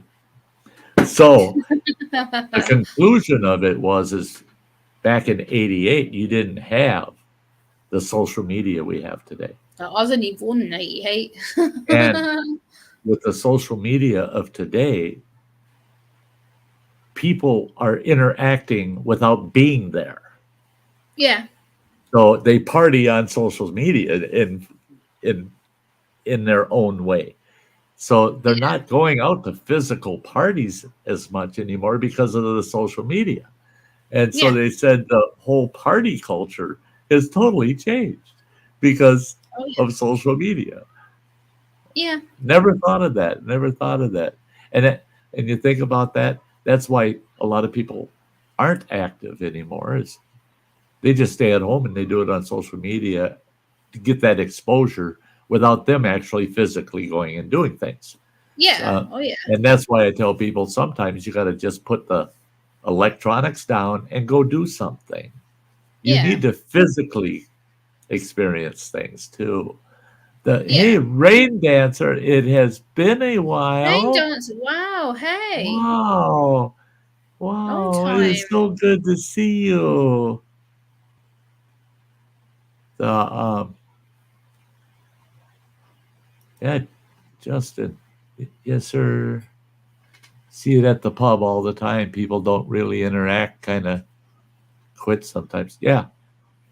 The I've seen it in a restaurant. I saw it. I couldn't believe it. 4 people sitting in a booth at a restaurant. And I'm Yeah. sitting across from them at another booth. I look right at them. All 4 of them are on the phone, right? They're all on their own phones. They're eating and they're on the phone. One of them says to the other one across the table from them, "Why'd you say that?" And the other one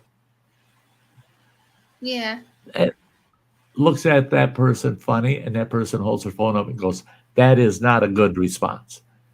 They're talking to each other on the damn phones Yeah. across the table. Yeah. It's like, oh, no, no, no, I never no. take my phone out when I go if I'm eating out. I never take my Me phone with neither. me. I, Nope. I'll Mm-mm. have my phone with me, but when I go in the restaurant, 9 out of 10 times I leave it in the truck. I don't take it. I don't take it inside with me Yeah. Or I because put it I'm in my going in bag. there to socialize with whoever I'm there with. I'm not. I don't want the phone with me. And if I'm talking to, if I'm having a serious conversation with somebody, an in-depth Yeah. conversation, and they pick that phone up and they start doing stuff on it, I'll get up and walk out of the room and hope that they'll Yeah. ask me why I quit the conversation and left. I said with Because my sister a few weeks ago. I'm like, we're out for dinner. Talk to me. Stop being on your damn phone. You've invited me out. Talk to me. I'm here. You're wasting my time. It's just how to explain yeah, that. So if you're going to talk to me, talk to me. Don't invite me out somewhere and then ignore me. That's just wasting my time when I could be at home. right, So right. it just That's it. frustrates Is me. if they're going to be on that phone instead of actually talking to you, then the oh oh Rain Dancer says, "I've gotten lost, cut myself off from the real world. I got to go for a walk today. My New Year's resolution." There you go. A walk would be good.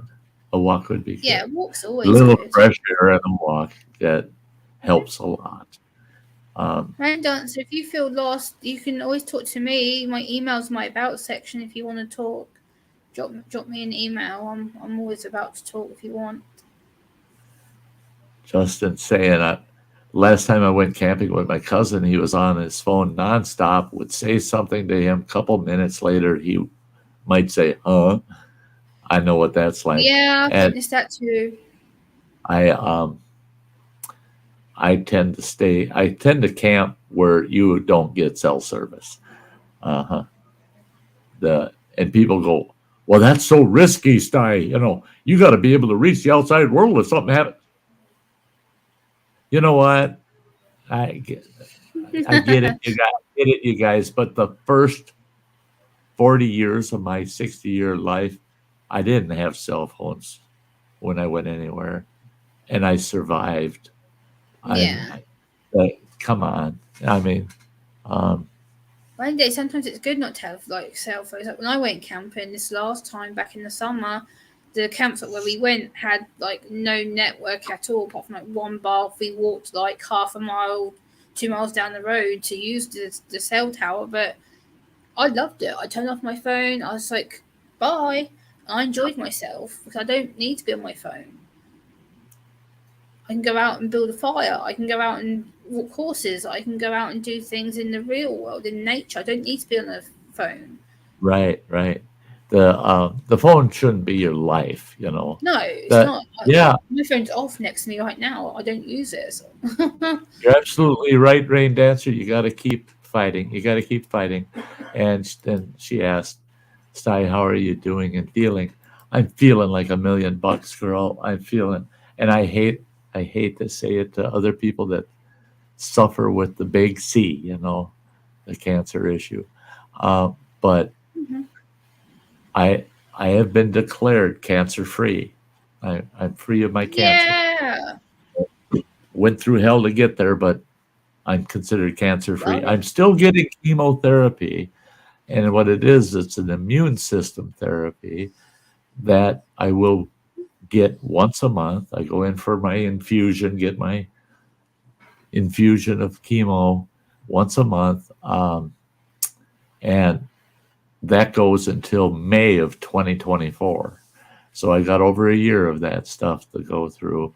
But what it does is it fights anything that tries to show up. Now, it's like a pre-cancer kind of deal. It's anything that got away from them or anything that tries to show up, it's going to attack and kill. Hey, words and pictures. There's words and pictures. It's thank you so much. Thank you so much. I just wish I could tell everyone that's the way it's going to go for them, that they'll get that kind of news. I don't want them to go through what I went through, but I do want them to get that news, you know. And also, Sty has become an advocate for people. He's shared his life experiences to help other people, educate them on what it's like to go through the big C. Because we've all got someone who's gone through it or is going through the process, and it is scary. And hearing Sty's stories that I've heard him tell me in private, it's really enlightening, because when you hear how he's fought and fought and fought and fought against this, it makes you so optimistic about other things, because you think, hold on, he's fought through the most hardest thing in his life, and yet he's still here telling the rest of us how we can overcome things. So it knocks on to other people. I hope so. I hope so, because It definitely has to me. Gemma knows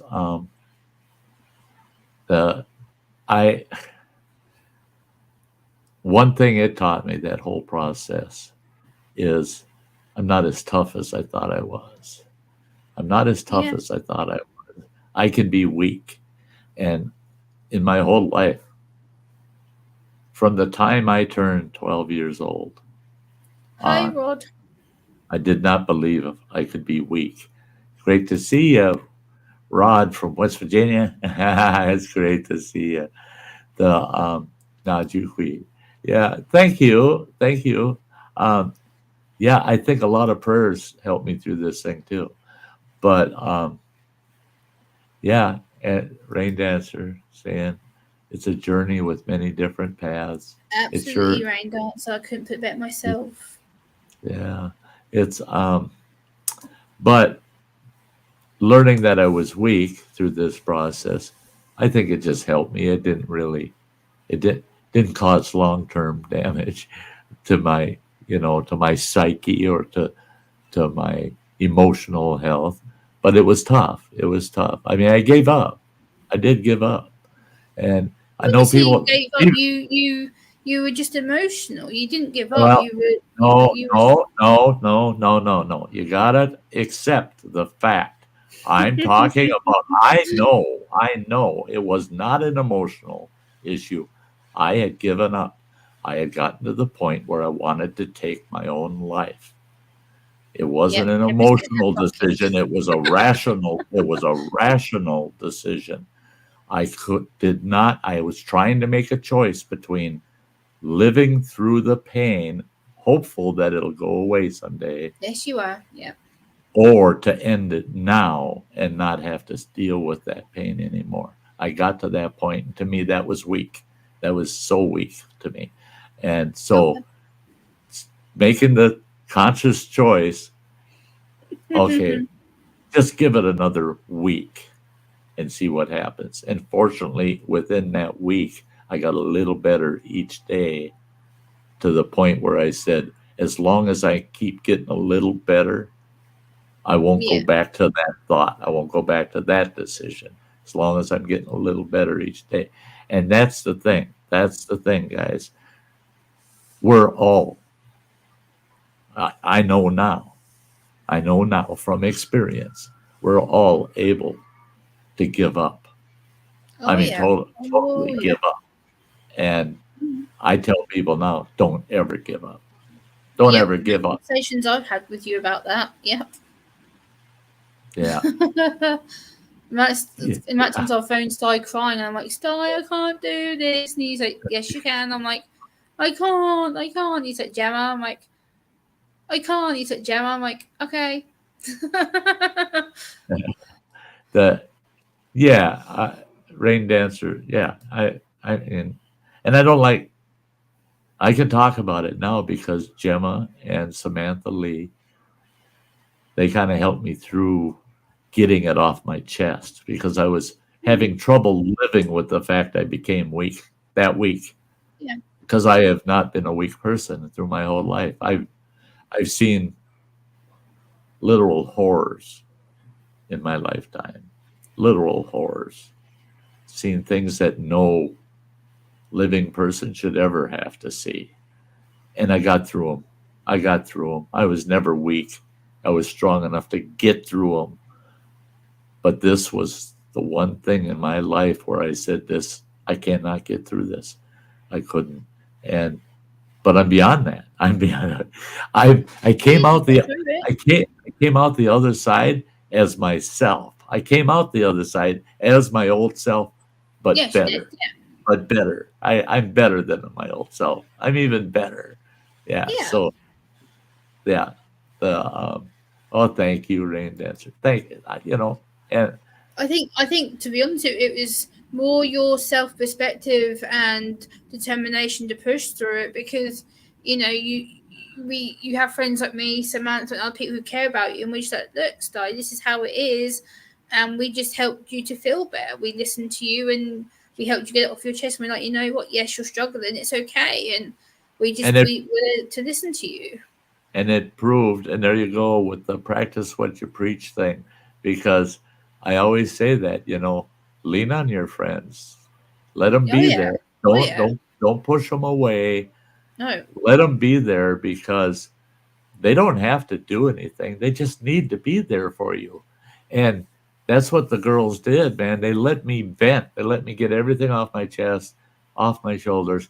I felt lighter and more relaxed. I got it all off my chest. I was able to say what I was thinking and feeling. And once it was all said, now I felt like, oh, okay, I'm not the only person hearing it or coping with it. Someone's helping me cope with it.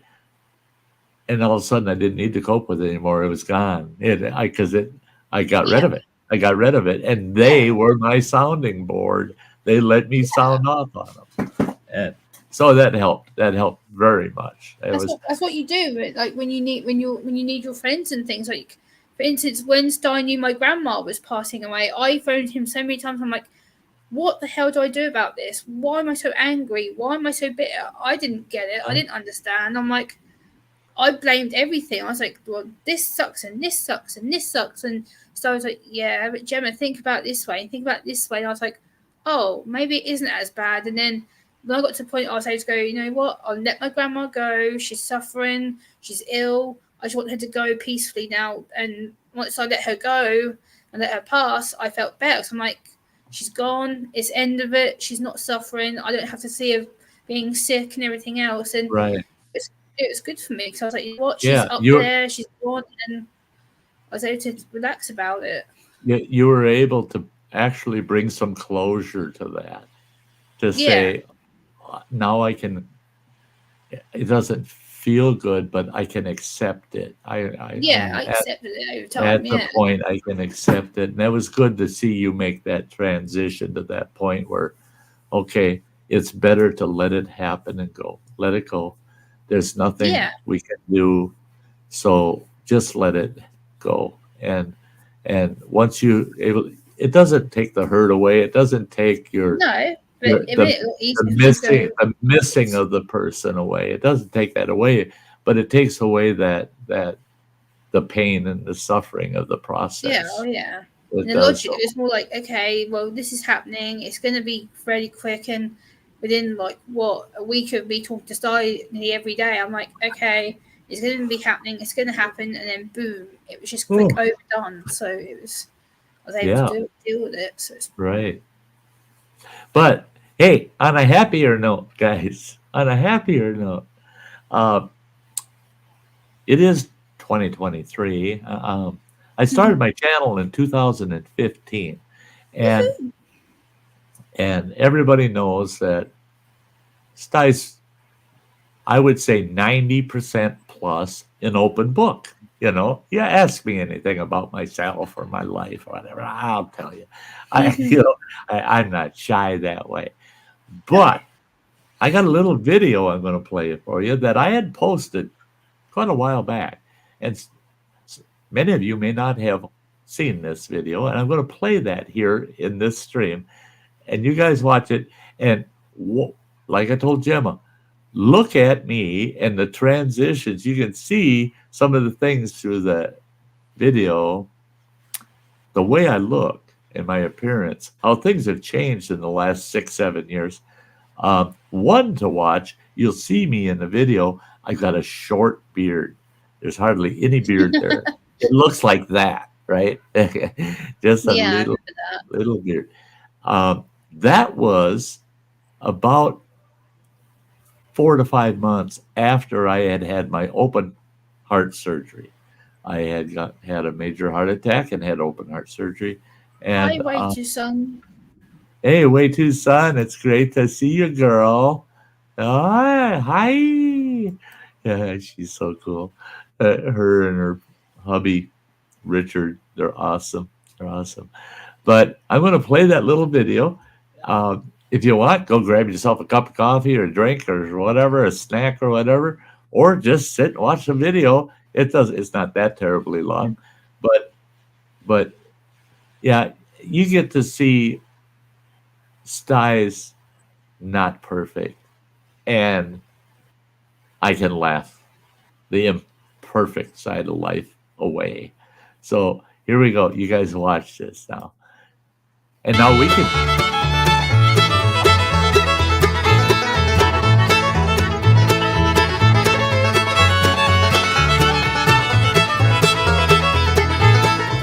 Sty North here. Well, it's story time with AK Driller again. He did a new one. This one is, have you ever hitchhiked? Have you ever hitchhiked? Just a minute. Just a minute, folks. Oh, jeez. Oh, get out of there. Hey. Oh no. Under the dang seat. Oh, you better not come back out of there. I just had a mouse come out from under the seat. And he was crawling up on my shoe and heading up my sock, going to run up my pant leg, for crying out loud. I came out here to do a video on a story time and ended up with an animal encounter. You better stay under that seat. Doggone it. That kind of blows this video. I'll start all over. I gotta see if I can chase him out of here before I do a video. Otherwise, I'll end up with him up my pant leg. Okay, folks. Maybe I'll throw this in the bloopers. Okay. Pull my engine down. I set my trigger in here. And I'm going to pull my engine down. Now, I'm supposed to be an experienced outdoorsman, right? Watch that crap. Cut that lashing loose. That lashing, if you wanted to lash it to a tree like that, go right ahead. I did it for convenience sake. Now, this line that goes to your V, just lay it across the top. Drop your trigger down inside. Again, don't put your face over this, because if you slip off of this engine and that trigger fires, it could hurt you. It could hurt you badly. Now just set your number 7 notches together and slowly let the tension on.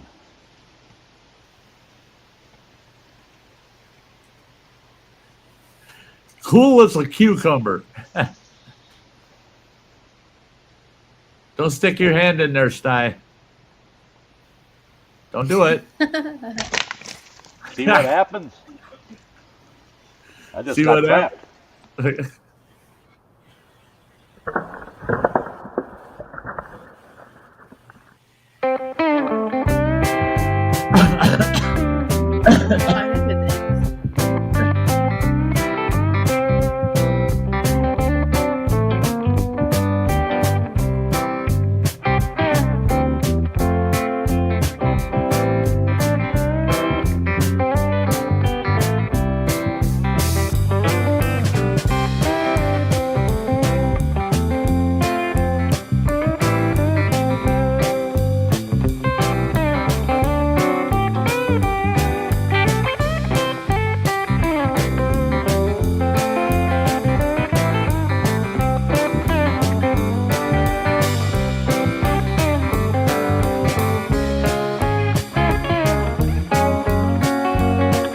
Don't do it, Sty. I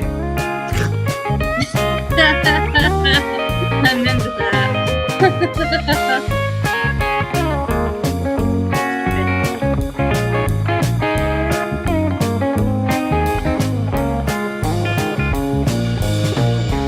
Here we go. And Knock my feet right up in the air. All I can do is pat the ground. Okay. I'm in an area right now where this is all second growth kind of birch, and a lot of it's dead. I'm sitting on one right now. And guess what? I said I had to find a place to sit and do this video. I picked this old dead birch tree here, right? And it was dead. What do I have right at the base of it here? Shaga. Shaga. That's going home with me. But you would not believe this piece. Now, you can see this tree's dead. I mean, it's dead. It's rotting. It broke off. The camera's sitting on its broken off stump. And right here, I know it's dead. I know it's dead. Is a huge piece of shaga. Oh, that puppy is worth something. That monstrous piece of shaga. Oh, I told you this first tree was dead. And I laughed. All right, that's the way Sty's last couple of days have been going. Falling down. Nothing new. Back to the shaga. Sty's fallen down before. The falls is down in there, way down in there. This was my scariest one, personally. And I want to see if I can get a better view of it down there. But boy, I'm going to be careful. Don't go down there, Sty. Pretty rough in there. Don't do it. Don't do it, you old fool. What the hell's the matter with you? I got to get to my walking stick. I should have got my falling pole. See if I can even get down here. It's pretty sketchy. You're welcome, words and pictures. It's all loose pine needles.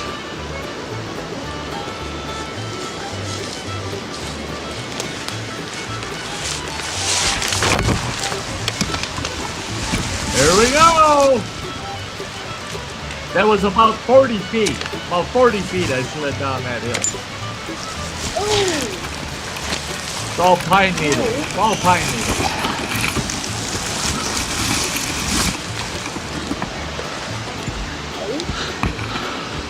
Boy, I wasn't kidding when I said it's sketchy. It's sketchy. This is so steep. I slid all the way from up there, all the way to where I'm sitting right now. Slid all the way down this.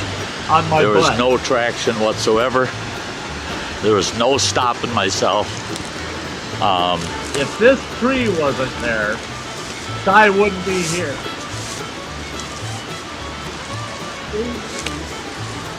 I am clearing a path of these pine needles so that I can get to a more advantageous spot to try to film some of the falls. Now I can tell you without a doubt, if you went down off this cliff here, if you fell off, if you got off at all on the edge of this, that is so steep, and there's, let's see if you can even see, there is, these pine needles are so heavy and thick on the forest floor, you step on them and they just slide. It's like stepping on ice. You got off on that edge, you're talking about 125 feet to the bottom of this gorge. You would not want to be there. The only thing that's keeping me in place is right here. I've got a pine, a large pine, and a cedar right here, and that's all that's holding me in place.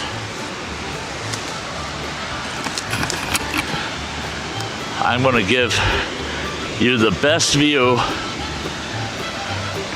that's even available right there. I couldn't All give right, up. folks. You aren't going to believe this. I Boy, climbed that up. was a workout. That is, you can't tell. You cannot tell how steep that is. And off to the left of it there, it looks like quite a bit of distance. You're only talking about 3 feet maybe. And it drops a good 50 to 60 feet before you'd hit the riverbed down there. All rocks at the bottom. And look Oh, what big rock. happened. I get all the way up here, turn around.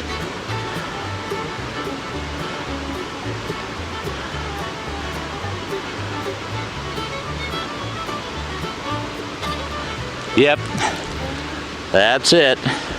That's my Mountain Dew. So guess what? I'm heading back down to get that Mountain Dew bottle. I didn't film going back down. And I'll Back see up. y'all back on the trail or out at the truck. Sure is beautiful up here. But boy, it's dangerous too. It's dangerous. Oh, fucking son of a bitch. Oh, Did I say that? Jesus H. Christ. Now that doesn't happen often, but when it does, it pisses you off. I mean, Jesus. Jesus, Mary, Mother, and Joseph.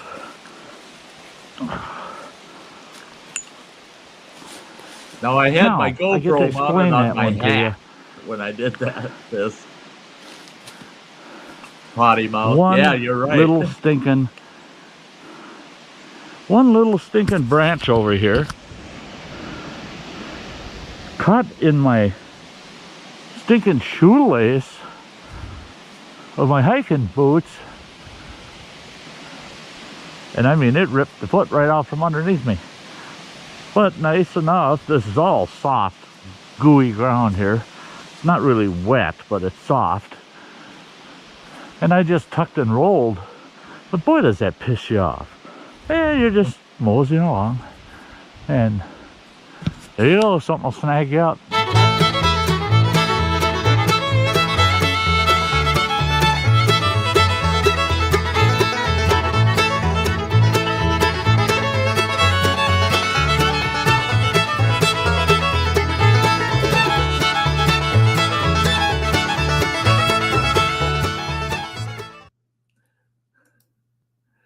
So there you go. Yeah, Justin says, have you ever broken any bones, Sty?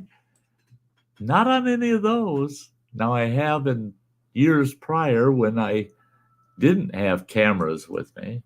Back in the day when if you were packing a video camera, it was a big 30-pound bugger, But I had a couple of falls where I fractured bones. I didn't have, compound fractures or anything like that. No extreme bone breaks, broken fingers. I broke fingers. I broke toes. But never have had a major injury out there hiking about, enjoying the outdoors. It's only these last few years I have a camera with me. Right? That's like the fall and tumble one. I had that camera mounted right to my hat. And I'm surprised the hat stayed on. Boom, boom, boom, boom. It would have been nice to have had a second shot where you could have actually seen me take the tumble. Because once I felt that foot coming out from under me, I tucked and rolled. Boom, boom, boom, boom, boom. and then, like I said, I was very happy that it was soft ground in there, nice soft loam on the forest floor, and I just rolled it, and it was like rolling into a bed. It was pretty soft. I was only upset because I was videoing as I'm hiking down that trail, talking about the trail and stuff, and there I go, boom, boom, boom, boom, boom. I cut that out. No, I didn't. In fact, that I think that's my video. I think it's called Hiking Abandoned Road 280. A long video because that was a long hike back in them woods. But sure enough, something had to happen. It was a fairly non-eventful hike. And I got out there, a good 2.5, 3 miles from my truck and got disoriented. It was wandering around in the woods, finally found my trail again, and was heading out. That's when that trip and fall happened. And I have to say, just like the trips and falls, people say, Sty, how many times have you gotten lost in the woods? Never. I've never been lost a day in my life. Never. I don't get lost. They said, well, what if you're out there without a compass? And I said, no, I've never gotten lost. With or without a compass, I've gotten pretty darn confused a few times. Wandered around in circles a bit. But the reason I can say I never got lost is here I am, I got out. So I must not have been that lost. I found the way out. So, yeah, some people have different definitions of getting lost, right? Now, the one with the waterfall, that one, that was a tricky one. Now, I'm scrolling back here. After Words and Pictures said for that waterfall, 40 foot down to that tree. And then said, now you're worried how to get back. Getting back was very interesting. Those pine needles, I kid you not, were 8 inches deep. 8 inches of just loose matted pine needles. Didn't feel like it was 8 inches deep until it broke loose and started sliding. Well, coming up, I had to dig holes with my hands to get a hand grip and then pull myself up, lift a hand up, and turn kind of sideways to get the toe of my boot in where I dug out a hand spot. And then I push myself up, dig another hand spot, and get the left foot up. And that's the way I went all the way back up that dang thing. Just waiting any minute to take off backwards, sliding down there. But when I realized that one tree was the only tree between me and going sailing off of the edge of that canyon into that gorge, bottom of that gorge was nothing but big granite boulders all over the place. Hate to say it, if I would have gone off that bugger, that would have been my last video. But it would have gone viral. When they find me, if they would have found me out there all busted up on the rocks, they would have found my camera, take that film, play it. I would just hope somebody'd post it, because that would have gone viral as I'm sailing through the sky, trying to get the best shot of the falls as I'm going down. And saying goodbye at the same time. Bye, folks. This is really good. Yeah, it would have been fun. Ain't that terrible? See, I'll find the best in even the worst situations. The words and pictures says, I'll buy you some rope and a harness. Okay, I used to tree climb. I used to be a tree climber. I used to have ropes, saddles, all the gear.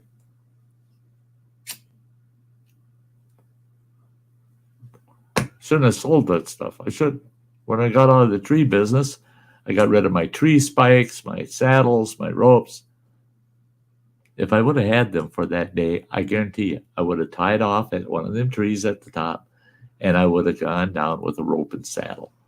And I could have gotten right out to the edge and filmed the full waterfall. That's a beautiful waterfall in there. And there is another route to get down on top of those falls, looking down over them. I'm going to take that this year. I'm going to go back there, and I'm going out there, and I'm coming in around farther upstream. But yeah, it would have, sailing off those falls and filming it would have definitely been viral. I would hope Running Water would take that, post it up on his channel, and get himself 1 million followers. And here's my pop's legacy as he films his last waterfall. Oh, geez. Yeah. And at that time, there was no signs or anything that there was a waterfall down there. Down that, there was a long trail that I walked down. And I did a video about that walk into those waterfalls, okay? And that one, I believe I did cut the fall down the hillside out of it because I just wanted to get in there.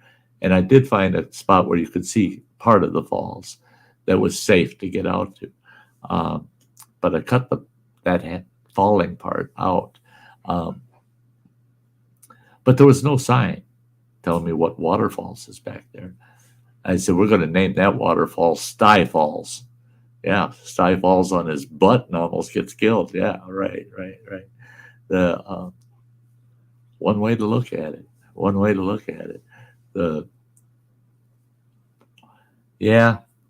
Sty Falls. It's not impossible. Sty doesn't always stay on his feet. I'm popping this up here. I'm willing to give this stream a little extra time today. So if there's anybody out there that wants to jump on board with me up here on the panel, Gemma stepped out. So, but I'll tell you, I said earlier, I'm excited after going through that whole cancer fiasco. Oh my gosh. I never thought I'd feel like it again. And I know I can do anything I used to do. I just got to do it a lot slower and take it a lot easier. But I'm getting back out there this year. I'm getting back out there. I'm going to be camping. I'm going to be paddling my kayak around. I'm going to be exploring, going into my favorite waterfalls and, doing those things again. Some new waterfalls. I'm going to be searching out for new waterfalls. And we're going to have fun. I'm going to be out there. I'm going to be out there all this coming summer, along with all the work I got to do here at home. We got a lot of yard work to do, a lot of things to do here that I'll be filming. And I'm totally remodeling my adventure trailer to make the camping that much more comfortable. So there's a lot coming up on the channel. But to get through the winter, as I said it at the front end of this stream, is I'll, towards the end of the month here, the end of January, I will be bringing back Sty Times, which will be 3 days a week. It'll be Monday, Wednesday, and Friday, a 1-hour show. And then I'm also going to bring back, towards the end of the month, Around the Campfire on Thursday nights. So we'll be back to a full show list of 5 shows a week. The channel is going to come. I'm bringing it all back, guys. Sty's came out of this fresh as a daisy and ready to go back to work here. Yeah. Thanks, Words and Pictures. The wilderness has missed you, and we'll celebrate your return. Yeah, probably celebrate it with a few bumps and bruises. The wilderness is probably out there going, where's the guy that falls down all the time? We want to see him. He doesn't come out here to damage us or anything, but boy, we have fun with him. Yeah, get him out here. Mother Nature likes to trip him up. Yeah. But I'm hoping those good old days are going to come back for me. I'm at that point where I'm feeling it. I'm feeling like I can do it. That's one thing with my health that I am so happy with. The day before Christmas Eve, December 23rd, I quit counting calories. I don't count my calories every day. I was writing down everything I ate and their calories, writing it down every day. And I'm constantly subtotaling so that I know that I hit that as close to 3,000 calories a day that I could. And I've gained some weight. I'm 164 plus pounds. And I believe I'm going to keep gaining. But then I realized I'm counting those calories. I'm not eating based on what I'm counting anymore. I'm just eating and see what I ate for the day. And I did that for almost 2 weeks. Just eat what I want throughout the day and see how much I had in calories. It's consistent between 2,400 and 3,000 calories every day, not even thinking about it, just eating what I want, just anything I want. So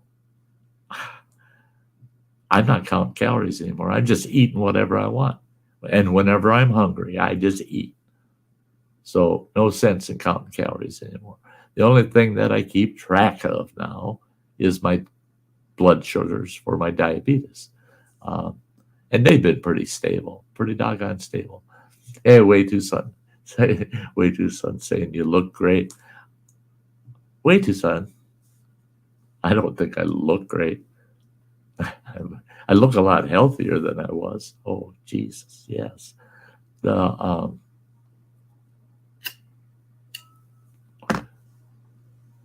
Yeah, I don't know.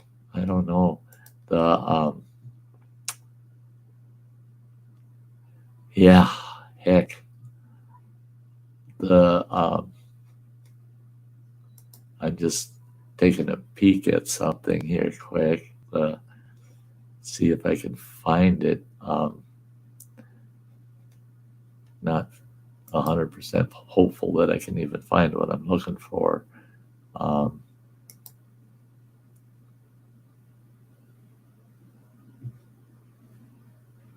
Oh, Lordy, no, that wouldn't be it. One of those things on your computer when it's, oh, I know it's there, and then you can't find it,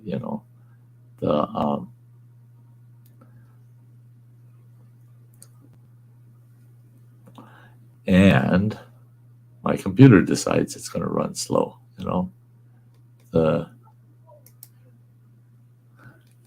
One of those days, the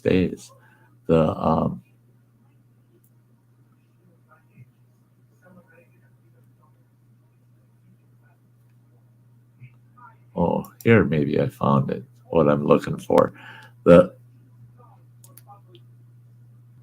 maybe I've got it here.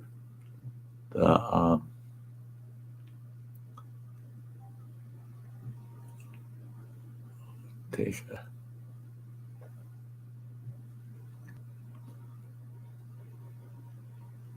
Oh, Lordy. That's a month ago. That's 2 months ago.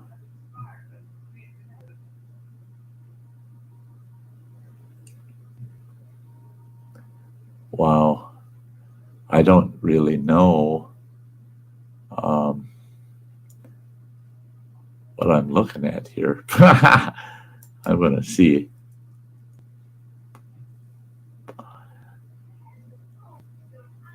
We'll take a quick peek here, because I can show you something. I'm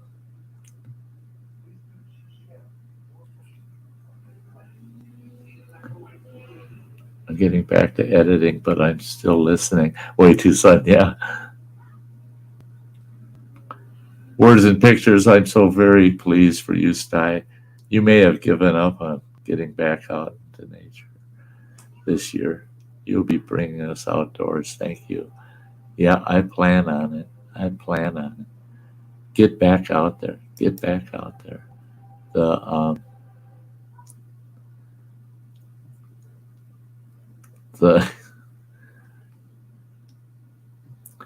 Yeah, that wasn't.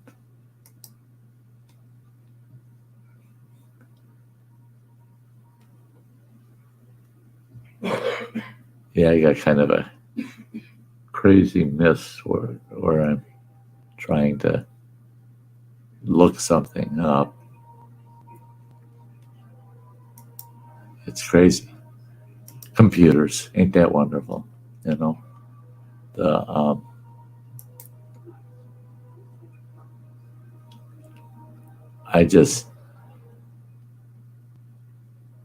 we go. Now I think I'm getting closer to what I wanted.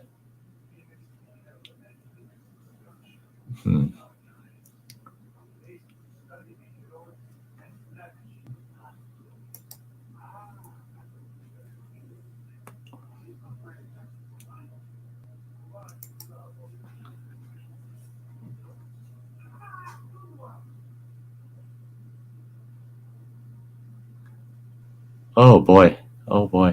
The words and pictures saying, take your time and find the clip.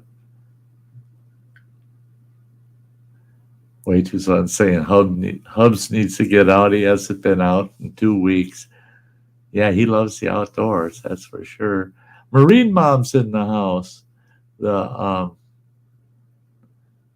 I'm sorry, folks. I'm not going to keep trying to look through old videos at this point, but I was trying to find my first video after I got home from the hospital. And you look at me in that video versus me today, and it's pretty dramatic. So, yeah. And that was back August 4th. Well, it would be about a week later. It would have been about the 10th of August. I was shabby. Yeah, Marine Mom, it's so great to see you. Yeah, a happy and prosperous new year. Yeah, for everybody. I think it'll be a happy one. Yeah. I'm looking forward to this year. I'm absolutely looking forward to it.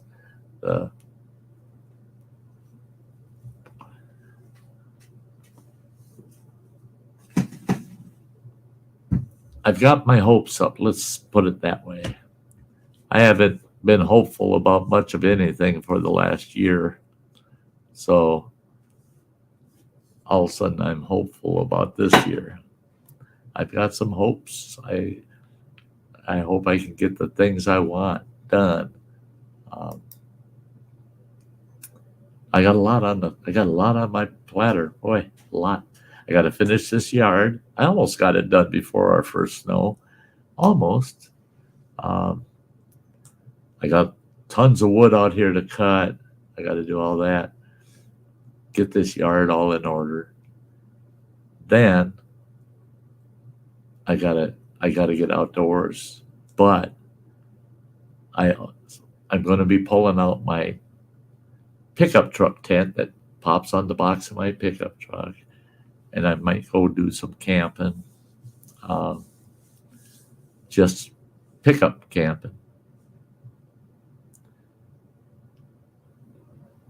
But I want my adventure trailer to go camping in. That's so comfortable. But I'm going to be renovating it. I'm going to be going through and remodeling the whole thing. So there'll be some videos of me remodeling that adventure trailer. That ought to be interesting. And when it's done, it'll be very comfortable. One thing I did learn, and I haven't tried yet since the surgery and all that, is sleeping in the hammock. I love sleeping in the hammock. So I set up the adventure trailer so I could string my hammock in the trailer. And yeah, there's some things that are going to change quite a bit in that trailer. The Murphy bed's coming out, getting completely pulled out of there. Then I'll have that whole wall to work with. And what I'm thinking of doing is on that wall is I'm thinking of building myself a collapsible table that I can swing up, put leg underneath it, and have it set up when I'm in camp. Because during the day, I take down the hammock and it hangs at the end of the trailer out of the way, and I got the whole trailer inside to walk around in. It'd be nice to have a little table to sit at. And I'm going to set up a studio area so I can have my laptop, everything set up, and I can watch movies. I can live stream if I got a signal. So yeah, things are going to be a little different for this coming year. Lots of plans. I gave up planning things way back in March is when I just literally shut it down. I'm not planning nothing. I'm not planning anything beyond one day ahead. And you think about that, over 9 months of not planning a thing. There were times I wouldn't even plan one day ahead. I didn't even plan the next 3 hours. I just gave up on making plans of anything, even the simplest things. No, not anymore. I got my plans back, and a lot of them. I've added plans, in fact. A lot of plans for the channel, a lot of channel activity for 2023. The more channel activity, the better.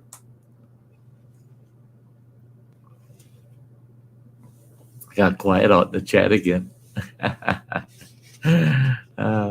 Do I have to play another video? That's pretty bad. On my live stream, I play an old video, and let's watch that.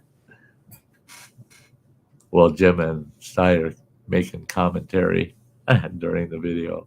Right. Not such a bad idea. I actually have some videos that I could shut the audio off, play the video, and just do a commentary over it,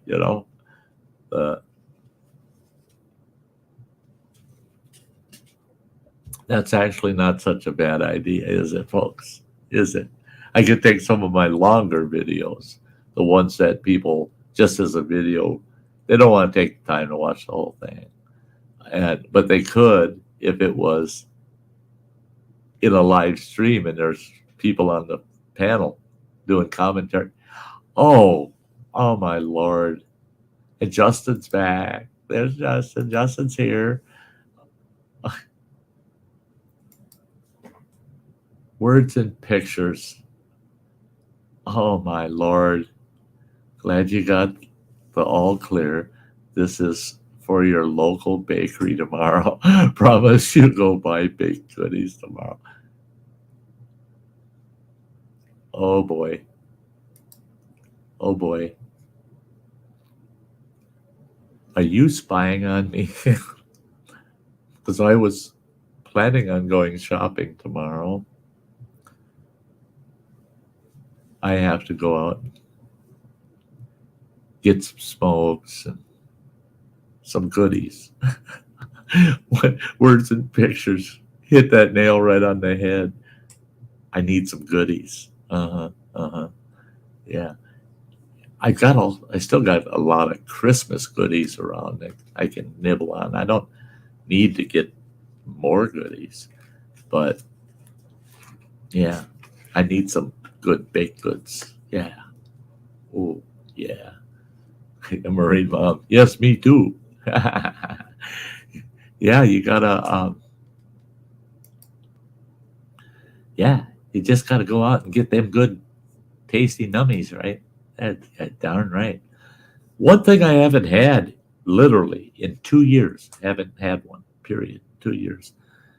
You guys know what a nutty bar is, right? Nutty bars. Well, Running Water got a box of them last week, and the box had been sitting there. He ate a couple out of it. I asked him the other night, I said, can I have one of your nutty bars? He goes, well, yeah, help yourself. So I had one. Oh, my Lord, was that good? Was that good?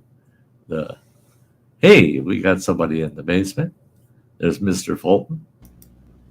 Hey, Uncle Sty. Happy New Year. Yeah, to you too. You on your laptop? Yep, got my new laptop on here and working it out. Yeah. I see you don't have your camera on, though. No.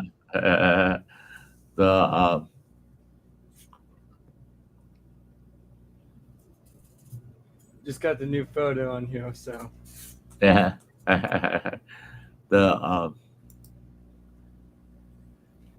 yeah. Just came. Oh, there he is. M&M's nummy. See, we're talking about eating nummies like that. Yeah. Yeah. Yeah, Marine mom. It's a cottage in the woods, you know. So I've got a question for you. What is your New Year's resolution, or what are your goals for next year? I mean, this year, excuse me. To live another full year. That's a good one. Yep. So now I'm committed. I got to live at least another full year. I got to make it to another January 1st, you know. And I think that's going to be my New Year's resolution every year from now on, is make it one more year. Yeah. Yeah. I'm doing Shrek the Musical this year for the audition. Uh-huh. And then I'm still playing basketball. There you go. Keeps you active, boy. Oh, I'll try. Hopefully, I gotta stay healthy and get good at it. Yeah. Well, you can't do it if you don't get out there and do it. You know, that's it. You just gotta go play. You get better every day. Just keep playing.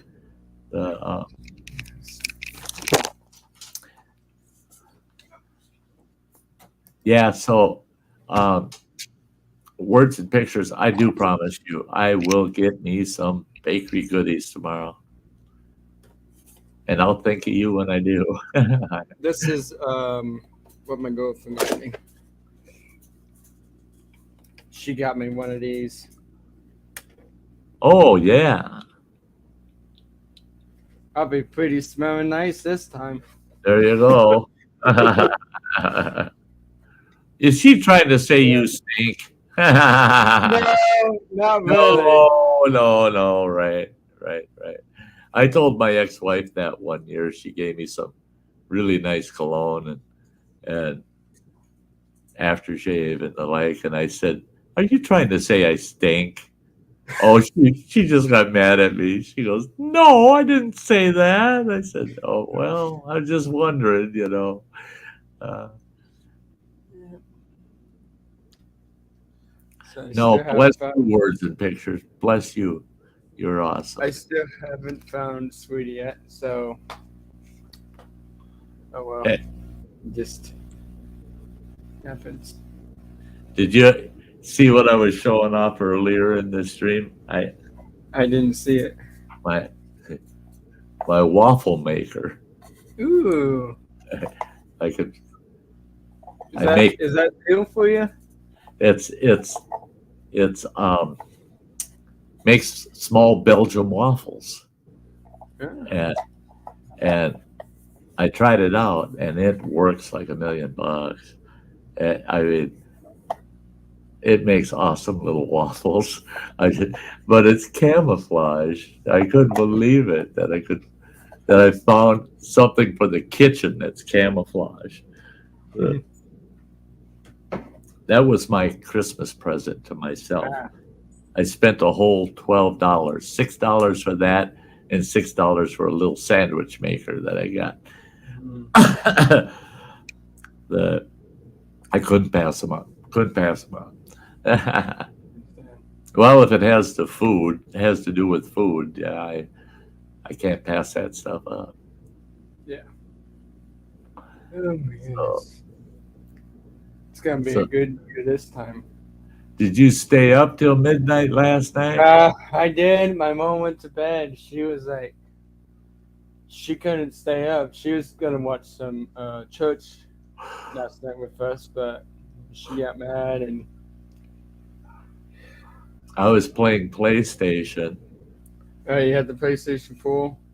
and I looked up at the clock and I go, "Oh wow, I played all the way from 2022 to 2023. I past midnight." I was like, "Oh boy." Uh, it was way past midnight. It was about 2 o'clock in the morning when I looked at the clock. I go, "Oh boy, oh boy." Yeah, I think I've been on this long enough. Yeah, I got 6 hours of PlayStation time in last night. Is it the PlayStation 4 or The 5. the 5? Okay. Yeah. Running Water got us each a PlayStation 5. So he's got his PlayStation 5. I got mine. We both have large screen TVs, big. I got a 65-inch. He's got a 55-inch, and we're sitting there a lot of times playing the same game on separate machines, total separate games, but we're playing the same game, and and it's interesting. It gets fun. You know, we have a good time. I like the new PlayStation 5 because I can pull up my favorite music list off of Spotify, and it plays in the background while I'm playing my game. So I'm listening to all the songs on my Spotify while I'm playing my video game. Can't do that on the PS4. The Marine Mom. Yeah, here we go. Back with the snacks again. Uh-huh. The only snack I buy, Nutty Buddies. Yeah, ain't Nutty Buddies good? Ain't they good? Oh my gosh. The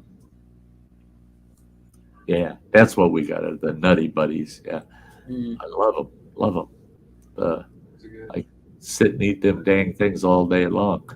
I One got a of lot. the one of the porno sisters passed away today. Who? One of the porno sisters, Oh, Antia Pointer, she died at 74 today. yeah, yeah.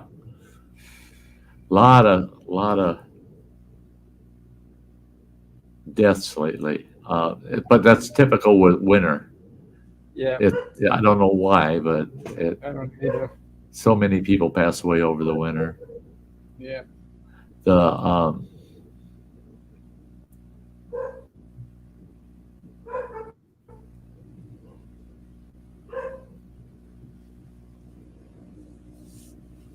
They have a new M&M's coming out pretty soon. do they? Mm-hmm. Oh, It's I gonna tell you be- what, Fulton, I'd love to take you to Vegas to take you It's gonna. take you to the M&M store there. You would go absolutely insane, man. They got these big glass tubes, and they go way up. The inside of that building's so high, they go way up, and those tubes are full of M&Ms. And there's got to be 150 of those big tubes. And you walk in there and you see every M&M ever makes in those tubes. And at the bottom of the tube, there's bags. You can help yourself to a bag, and you put it on this chute. You pull a lever, and you can fill that bag full of those M&Ms. And then you buy them. You know, you take them up to the counter and pay for them. But I watch people going in there, and they got these little carts you can push around. People with carts full of these bags of M&Ms of every color, flavor, everything in the world. That store, I wandered through there looking at that going, this is insane. There's so many M&Ms in this building. It's just insane. The new one's gonna be called Cold Brew. Huh. It's like caramel with coffee in it. Huh. That I might like. It's coming out next month. Oh, they get one at Disney World? Awesome. We Wait. might have to go there sometime. The yeah, those M&M stores are just insane. They are. I was in Vegas for business. I was there on business, and I just went for a walk from my hotel, and I'm walking down the strip, and I see the big M&M logo out there all lit up and flashing, and I'm going, M&Ms? Are they? What the heck? What's that about? So I walked over to the store, and I'm looking in the front. Through the glass, you can see those tubes in there. I walked in, and I'm just like, and the place smells of chocolate candy, and you just walk in and you go, oh shit! If I ever get locked in somewhere, I want it to be here. Look at this place; it's insane. Yeah, lock me in here with something good to drink and a whole bunch of M&Ms. I'd be happy. Yeah, damn right. Yeah. We need to take a trip to Vegas and get some M&Ms. That would be good. Way too, son. No kidding. And that store was amazing because you could go up there, and I stood there watching these people checking out, and they got a security guy working in the store there, and he was eyeballing me like, this old man's up to no good, Well, I'm just watching these people checking out, especially these people that had those little carts with 12, 14. That one guy, he had to have 25, 30 bags of M&Ms in that cart. They check out, and they're weighing it, right? They're weighing all those bags. And then before you pay, they ask you, are you going to take those with you, or would you like those shipped? So you can have them shipped home. So these guys are all flying into Vegas. They don't live there. 90% of the Vegas city population are tourists. You buy your M&Ms. You buy a bunch of different types of M&Ms, and you say, I can't carry those on the plane with me. Shit, I got 20 pounds of M&Ms here, 40 pounds of M&Ms. No, they ring it up with the shipping. You do your business, you go home, you get home, and your M&Ms are getting delivered the day after you get home. I thought that was so awesome. I thought that was so awesome. Wish they had the what was it called, man? Raspberry M&Ms. Those were my favorite. Raspberry, you like those, eh?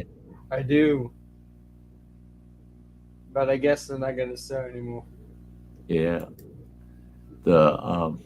Yeah, Way Too Son. Anybody that knows Way Too Son also knows she loves Disney World. I went to Disney World. Oh, this is going to be hard for you to believe, Way Too Son. I went to Disney World um, in 1996. No, 1996. No. Way before that. 1975 and 1976. That was when my mom was back in high school. I traveled down there to Fort Myers, Florida, and spent a month there, 2 years in a row at Fort Myers. So of course we had each trip had to run to Disney World, went to SeaWorld, yeah, went and hung out around Tampa for a while, and then I never got back to Disney World, never did, and I was tempted to go back.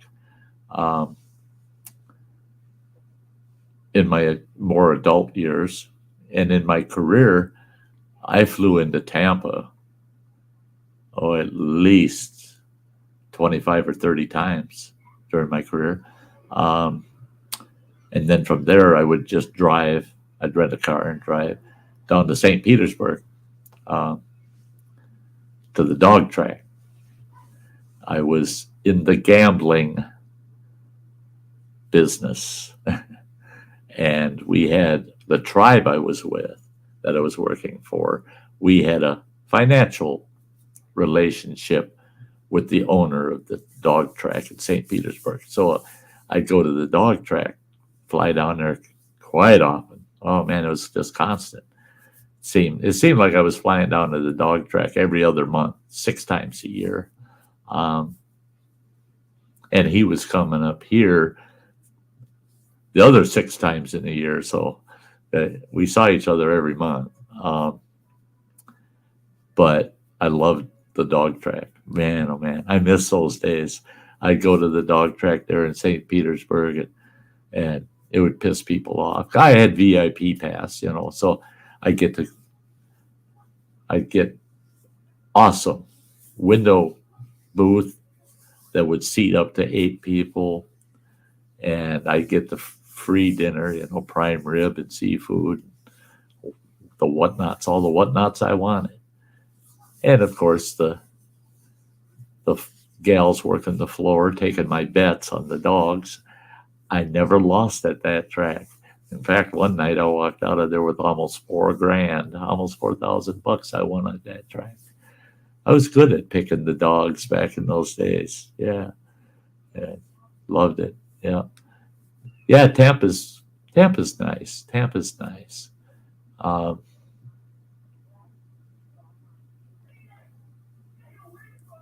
Yeah, Way Too Son. Yeah, I was there early days. You betcha. And that damn park was so fucking packed. Oh, I'm sorry. But it was so packed that it was insane. It was so fresh and new that even a lot of the exhibits were still under construction. So it was a whole different thing.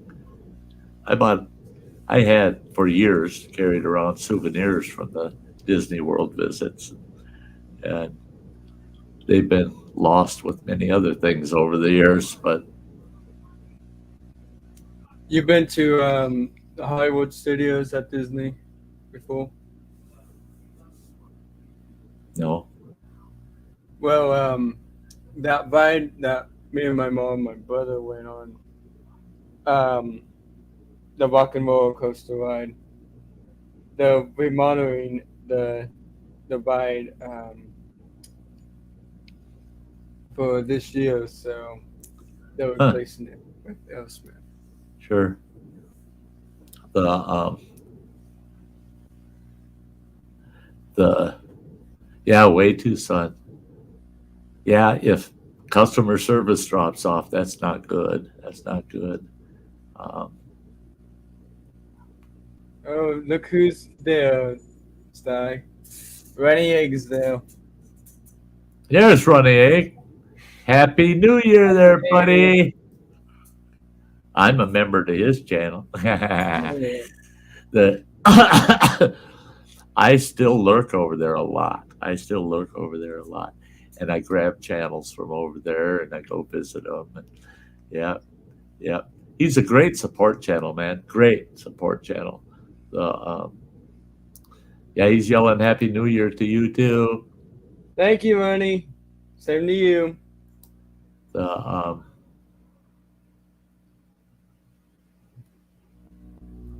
rain dancer is ready for a trip. I wish I had the ching, girl.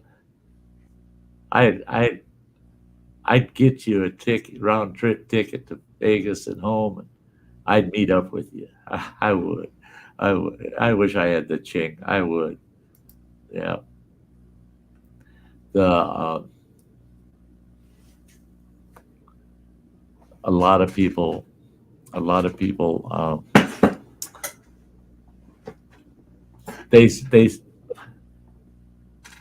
They like Vegas to go there, gamble a while, hang out in the hotels, and then fly home.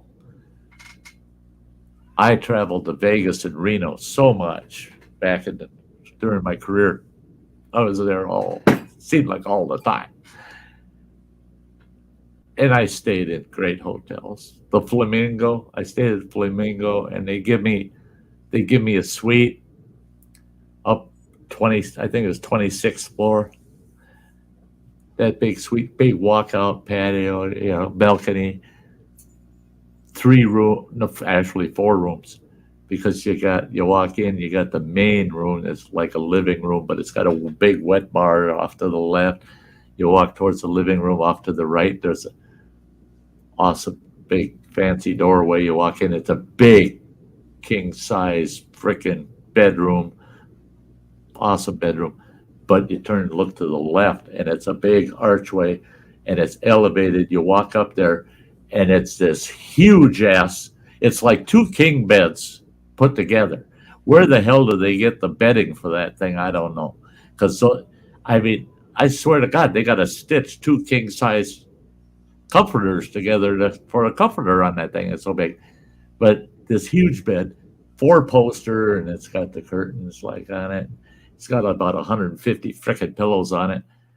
And off to the left in that big master bedroom is a 12-person whirlpool hot tub, and it's all stone with a waterfall coming into the center of it. And off of that are the bathroom, which is insane. You walk into the bathroom, it's got 2 toilets. It's got 2 toilets. It's got 4 sinks. It's got a full large sauna that'll hold easily up to 8 people in that sauna. That's a big sauna. And then it's got the biggest freaking shower I've ever used in my life. It's got 3 monstrous shower heads in it. And it's got a television in it. It's got a phone in it, in the shower. And I'd say 1 out of every 3 trips to Vegas, I got that suite. They kind of catered to me. Like I said, I was in the gaming business, and we did a lot of cross coordination work with the Flamingo and with Circus. Circus treated me quite well. They didn't give me that fancy of a room, but otherwise they treated me very well.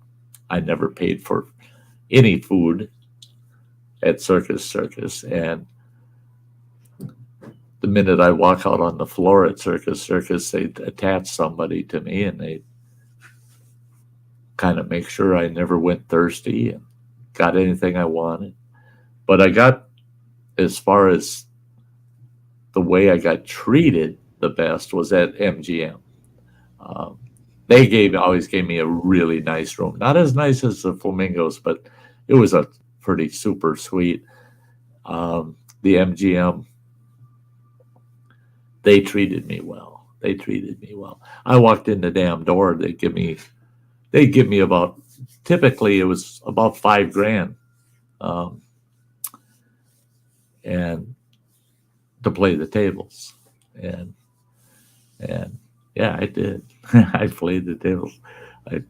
I'm not good at poker, so I'd lose their $5,000 flash in that place. I never felt guilty because it was their $5,000 I was playing with. And There you go. there you go. That's a nice shirt. Yeah. My mom's friend Sharon, my mom's friend gave me this shirt. And Yeah. it's I don't know. I'll probably wear it tomorrow so it can get dried.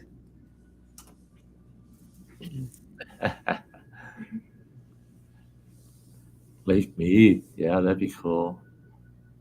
The Sty living the high life. Yeah, those were the days, man. I'm telling you, those were the days. There were times I'd take the ex-wife, with on a trip, and so she got to experience. I'm actually going to the Disney on Ice this year. Oh, fun! Hopefully, I can go because I haven't won tickets for over like 15 years or something. Uh-huh. Yeah, way too, son. I guess that's where I was trying to go with it. I loved to gamble, but I'm very controlled gambler. I wouldn't spend my life savings in gambling, no way in hell. But very disciplined when it comes to gambling.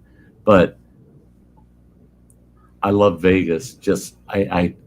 I wanted to visit every casino.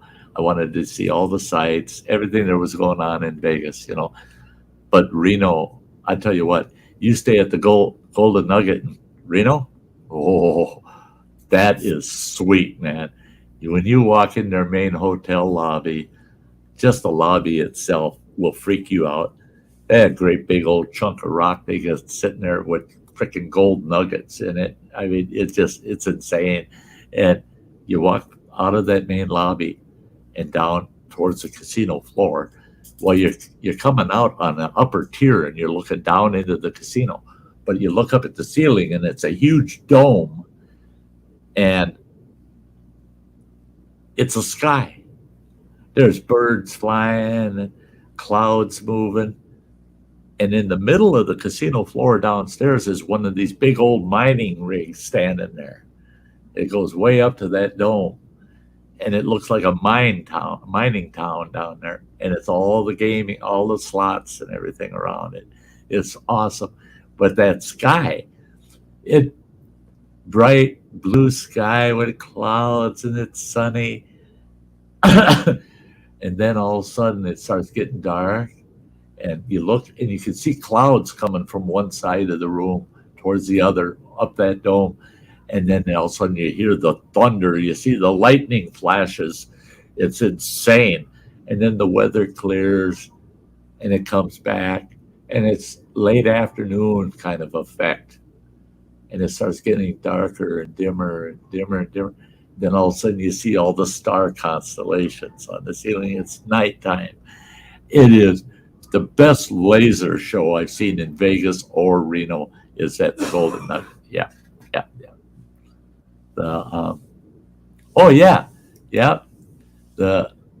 I've ridden on a gondola in fact in Vegas. Lexor is awesome. I mean, you go into Luxor, that big freaking pyramid, man, and all their staff dressed up like a bunch of Egyptians, you know. And you walk in there, and you look up, and you go, "Holy Jesus!" Their hotel is that pyramid, and the floors are those slanted walls inside. The rooms are all up the walls of that freaking big pyramid. And yeah, Luxor's cool. Luxor's cool.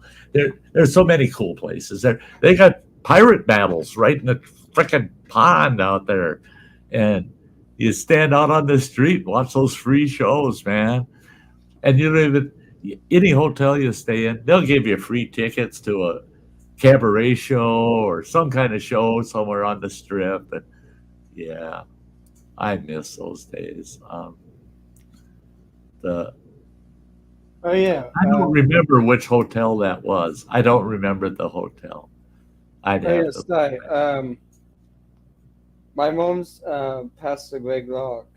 He's having a movie about Jesus this coming up year, and maybe you guys could watch him. Oh, yeah. I Yeah. think it's coming out on.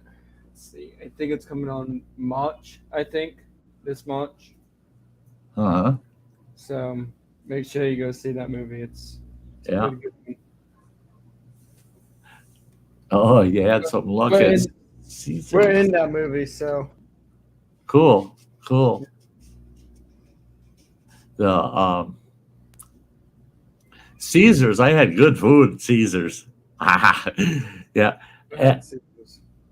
I always had on the gaming side of things, I have to say I enjoyed gaming at all of the I didn't have a single casino that I didn't enjoy my gaming. I visited a few casinos, I don't remember their names anymore because they're just not important enough.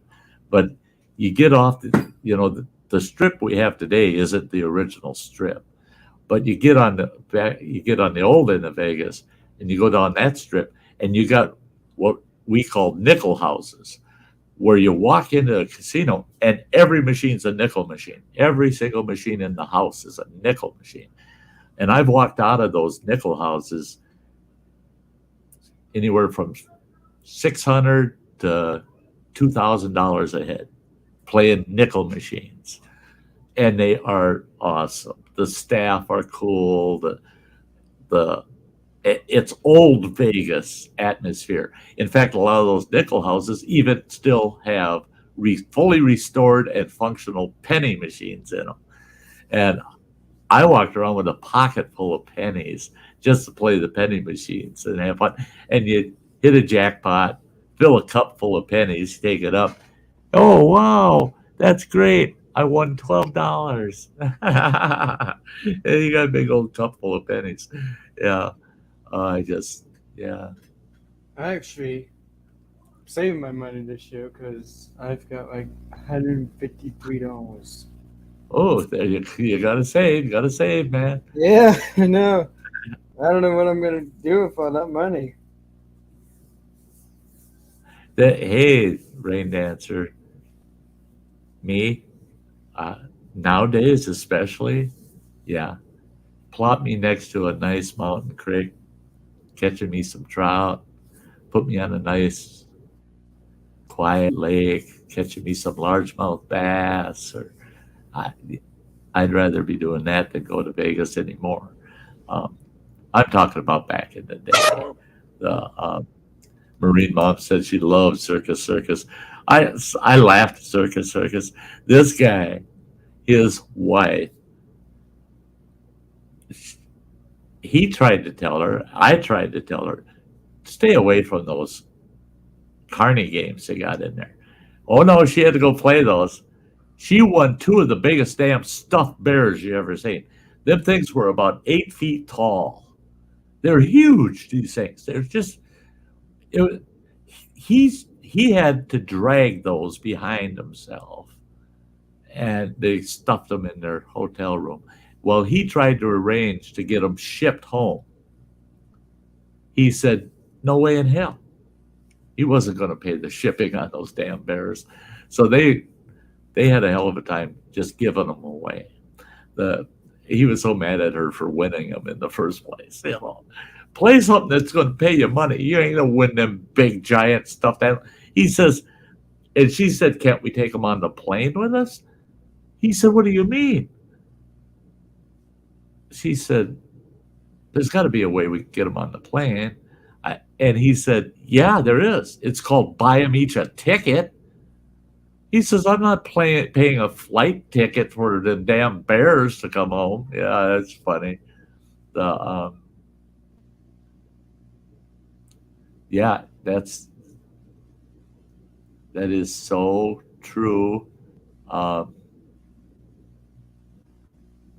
You can walk the strip and not spend a dime and be entertained all night. I love the volcano on the water. Yeah, it's endless entertainment there. Endless entertainment. If you don't want to gamble, and that's it's become like its own little Disney World type of situation, because you see more and more families going to Vegas. Mom and pop go gambling. The kids are seeing all these sights. They're free. I mean, the kids, they just walk down the strip and they get to see all this shit, Owen, okay. Sorry, I just kind of disappeared from the stream. Contractions are getting stronger, so should be soon. And speaking of circus, you and them damn circus peanuts. Oh, yeah. I like circus peanuts, man. Good snack. Rain dancer. Owen is my grandson, and his wife is currently, right now, as we speak, giving birth to another great grandchild of mine. He'll be a great grandson. Yeah, they know it's going to be a boy, and I'm thrilled. I've been waiting for a little bit of news. I figured it's quiet because she's right in the middle of the process, and after she actually has the baby, it'll be a little while before we hear anything, because of course they all gotta see the baby. They gotta make sure she's okay and all that, and then they'll get on here and update me. If I'm not on here, if I end the stream, they'll give me a call or text me, let me know. So, Sty, when's the baby coming? Do you know? Right now. She's having it right now. Oh, wow. Yeah, Congratulations. she's in the hospital, in labor, having the baby. Oh, that's nice. Congratulations. Yeah. That'd be a big one. What's the name? Do you have a name? No, for it? I don't know what they're going to name the baby. Okay. Nice. Well, congratulations anyway. Well, thank you. That's a big thing to do. I've got 16 grandkids. I've got now I'll have 4 great grandchildren. So the kids with the grand attached to them are totaling 20. So I guess old Sty produced some good producers, because my kids are just, yeah. I heard that Nick Cannon has a 5th baby now, so. Yeah, Rain Dancer, a New Year's baby. Oh, his name is going to be Atlas. Oh, that's a good name. Awesome, Owen. Thank you, buddy. It's going to be a great name for him. Yeah, he was awful close to your birthday, wasn't he, Owen? So now, as he's growing up, you and him there's so little time between your birthdays, meet in the middle, hold a joint birthday, big birthday for both of you. Because I know you're going to want to play with that little boy's toys anyway. Here, let me help you with that, son. Dad won't let me play with my toys. I can hear it now. Yeah. Then the cheek pinches start. Oh, aren't you a cute little bugger? Yeah. Oh no. Yeah. Keep them old cheek pinching ladies away from me. Oh, there's Mariah. He had his damn PlayStation hooked up in here, had me bring his headset. Ah, Owen did? Oh, he's almost as bad as me, girl. I didn't go to bed until 4:30 this morning playing PlayStation. I didn't even realize it was 2023 until 3 o'clock this morning. And I started playing in 2022. So, yeah. You were up at 4 a.m. this morning. Yep. I was up Oh, like let's see, around 2 a.m. this morning. and you're starting to think like a dad. I think that kid on his first birthday wants a dirt bike. And dad'll use it till he's old enough to ride it. Yeah.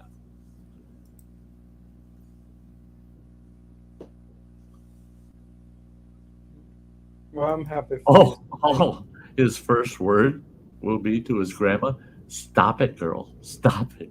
Stop it." Is he going to be repeating his father when he made a couple of his comments to your grandma or to his grandmother? Yeah. When he says to his grandma, it's Mariah. She's his grandma. Is he going to talk to you like Owen talked to his grandma? Ooh. It's an inside family joke. My ex-wife upset Owen when Owen was just a little guy, and Owen turned and looked her right in the eyes and called her an effer. I sat there just, oh my God, I was going to laugh so hard. I tried not to laugh. He just called his grandma an effer. And I'm like, oh my God, you can't say that, kid. But the look on her face was priceless. That kid just called me a fucker. I said, yeah, he did. Yeah. Sty, me and my mom are very happy for you guys, and hope you Thank you. this year will help you with your grandchild. You do that, Rain Dancer. You go to bed early tonight. You take care of yourself. Take care of yourself. I don't want people burning themselves out, getting themselves ill. I mean, yeah. I don't. Justin Anderson thought it was funny about the way Owen was talking to his mother or his grandmother. Who taught him that word? I don't know. I think what's happening nowadays, where these little kids get all those dirty words. I think there's a 40-year-old midget that goes and hangs out in the school playground and gathers those kids together during their outdoor breaks and says, "Kids, here's your dirty word for today." I think that's what's going on. No, nobody can tell that he's not one of the kids. He's, "Hey kids, come here. I got a dirty word for you today." Okay. Any excuse other than I heard Grandpa say it all the time. Don't repeat Grandpa. Don't do that, kid. Don't do it. You betcha, Rain Dancer. Make it another year. Don't ever give up the fight. Don't ever give up the fight. Ever. Well, I better head off here, Sty. Okay, buddy. I'll tell my mom the good news. You do that. Thank you. Let me know when the baby's coming and send me Yeah. some pictures. You take good care of yourself there, Fulton. I will. We'll see you again soon. See you soon. Bye. Bye-bye. Yeah, Mariah. SpongeBob. It's SpongeBob. I'll never forget that Christmas that I had.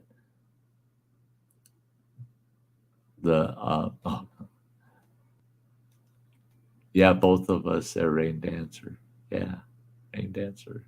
Both of us. Don't give up the fight. Never. Oh, barnacles. Yeah, we had a Christmas where I got a kick out of SpongeBob. I just did. I just got a kick out of SpongeBob. Well, my one grandson, he was just a little guy at the time. And I had mentioned, I hope I get what I asked for Christmas. And he looked me in the eyes and he goes, you ain't getting nothing but SpongeBob. I thought, yeah, that's a kid for you, right? That's his wishful thinking. No, he was right. All I got for Christmas that year was SpongeBob. I got SpongeBob socks. I got this singing SpongeBob that would turn around and he'd bend over and moon you. That was funny. That was the thing that was funny. I got all kinds of that. I got an awesome SpongeBob t-shirt. I've got photos I have to dig up. One of the vacations we took, I rented a big houseboat for a week that the ex-wife and I went out on for a week. And I wore that SpongeBob t-shirt most of that week. Yeah, we're out there sailing around. SpongeBob's driving the boat. But he was right. All I got for Christmas was SpongeBob. I had another Christmas like that where I said, somebody, please get me some decent, good beef sausage. I love my sausage. I eat sausage like it's going out of style. I should have never opened my damn mouth. Everybody gave me sausage. I had so many sausages you wouldn't believe. I had a spot in the freezer that took up almost a fourth of the freezer of all the sticks of sausage I got.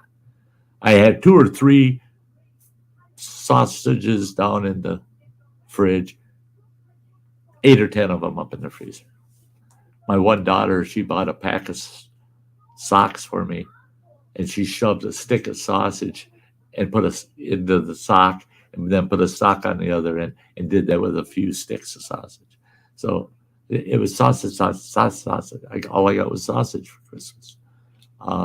So I quit asking for things for Christmas. I'm not going to ask,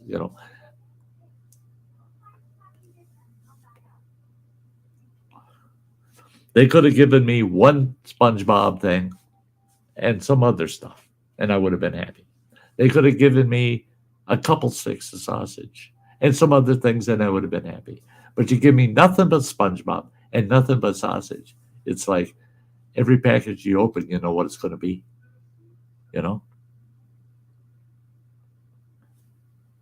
That's right.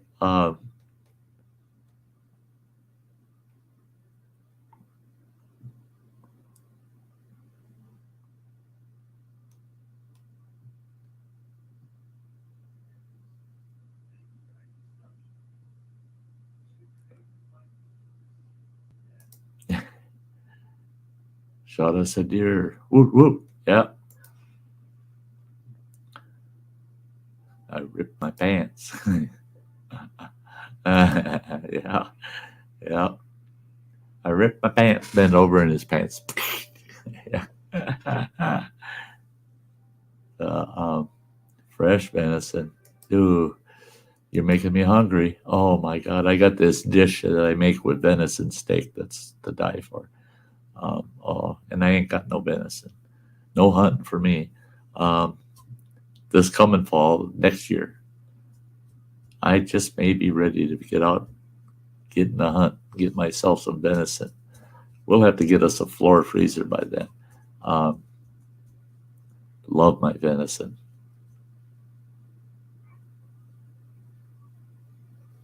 Oh, Mackintoons in St. Bonifacius, Minnesota. Oh my God. I was going to order a stick from them. You got to call them. You can't do it online. You can go online and see what they've got stuff, but to order any of their meats or anything like that and have it shipped to you, you got to call them. Well, I called them and talked to them, and I was going to get a stick, big stick of their sausage. Well, for the sausage and the shipping was going to cost me $40. I'll wait till I go visiting down in Minnesota and get myself 4 sticks. You know, they'll be about $30 a stick for a big one, but it'll be worth $90 to $100 to stock up on their mac and tune summer sausage. Man, it's to die for.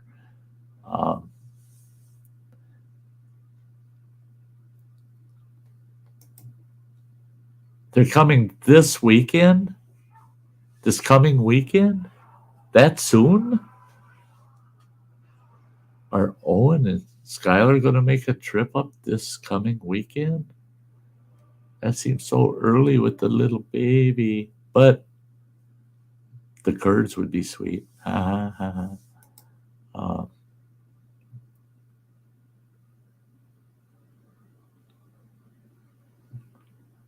Ask and you shall receive. Yeah, Rain Dancer, you're right. Oh my God, my ex did that and he was playing on stage.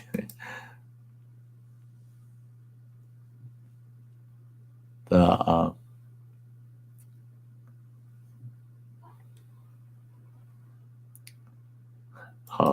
on TV.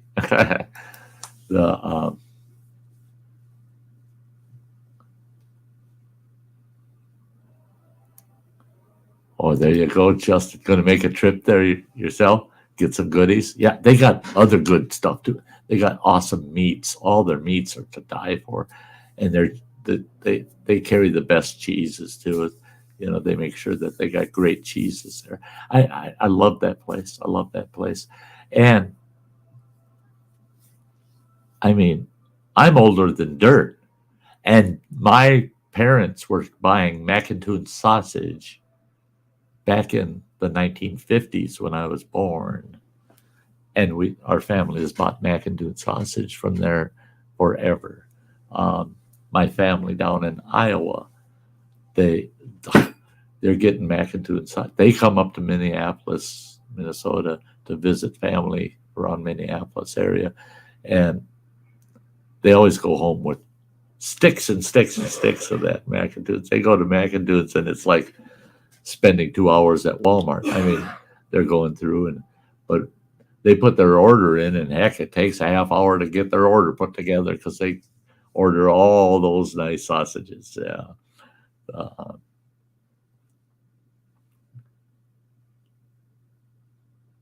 Yeah. Yeah. You're right.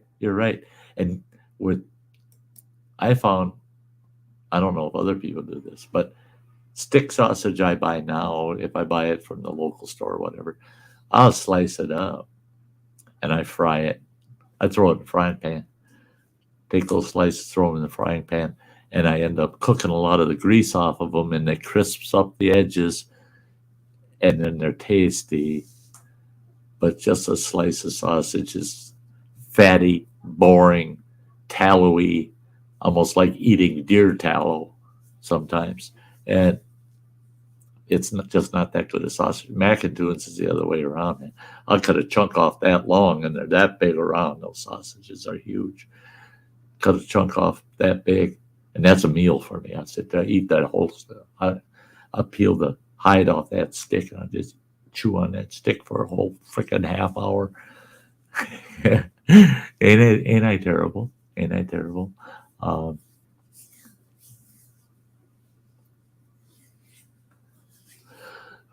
yeah, Owen, I could do that. Sliced summer sausage on a turkey sandwich is great. Yeah, you bet.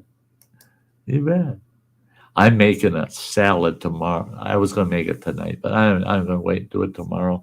It's late enough. I'm not going to mess with it tonight, but I'll make it tomorrow early in the day. But I'm going to make this chicken bacon cheddar ranch salad. Yeah. My boy Running Water hasn't tried it yet, and I'm going to make that. I got all the fixings, and so I'm going to make that salad. It makes a huge container of this pasta salad because you use pasta with it.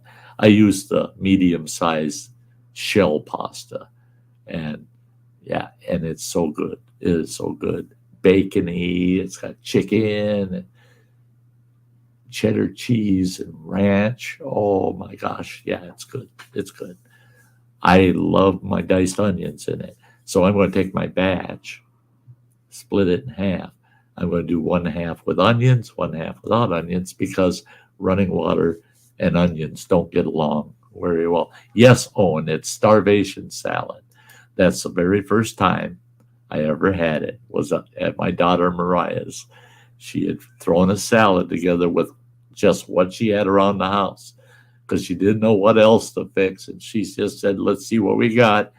And she threw all those components I mentioned together and came up with this chicken, bacon, cheddar ranch salad. And it's been titled Salvation Salad and Starvation Salad. It's because there was nothing else in her house. And she managed to feed her big ass family. I mean, she had 6 or 8 kids at that time in her house, you know. You know, my daughter Mariah has had 11 children, hasn't she? She's got so many kids. She's got her own public school. I mean, for crying out loud. She's done, though. She's not having any more. She's good. She's good. I don't know.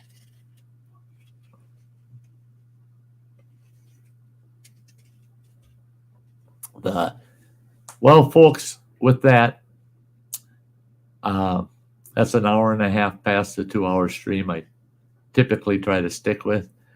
I think we're going to have to wrap it up.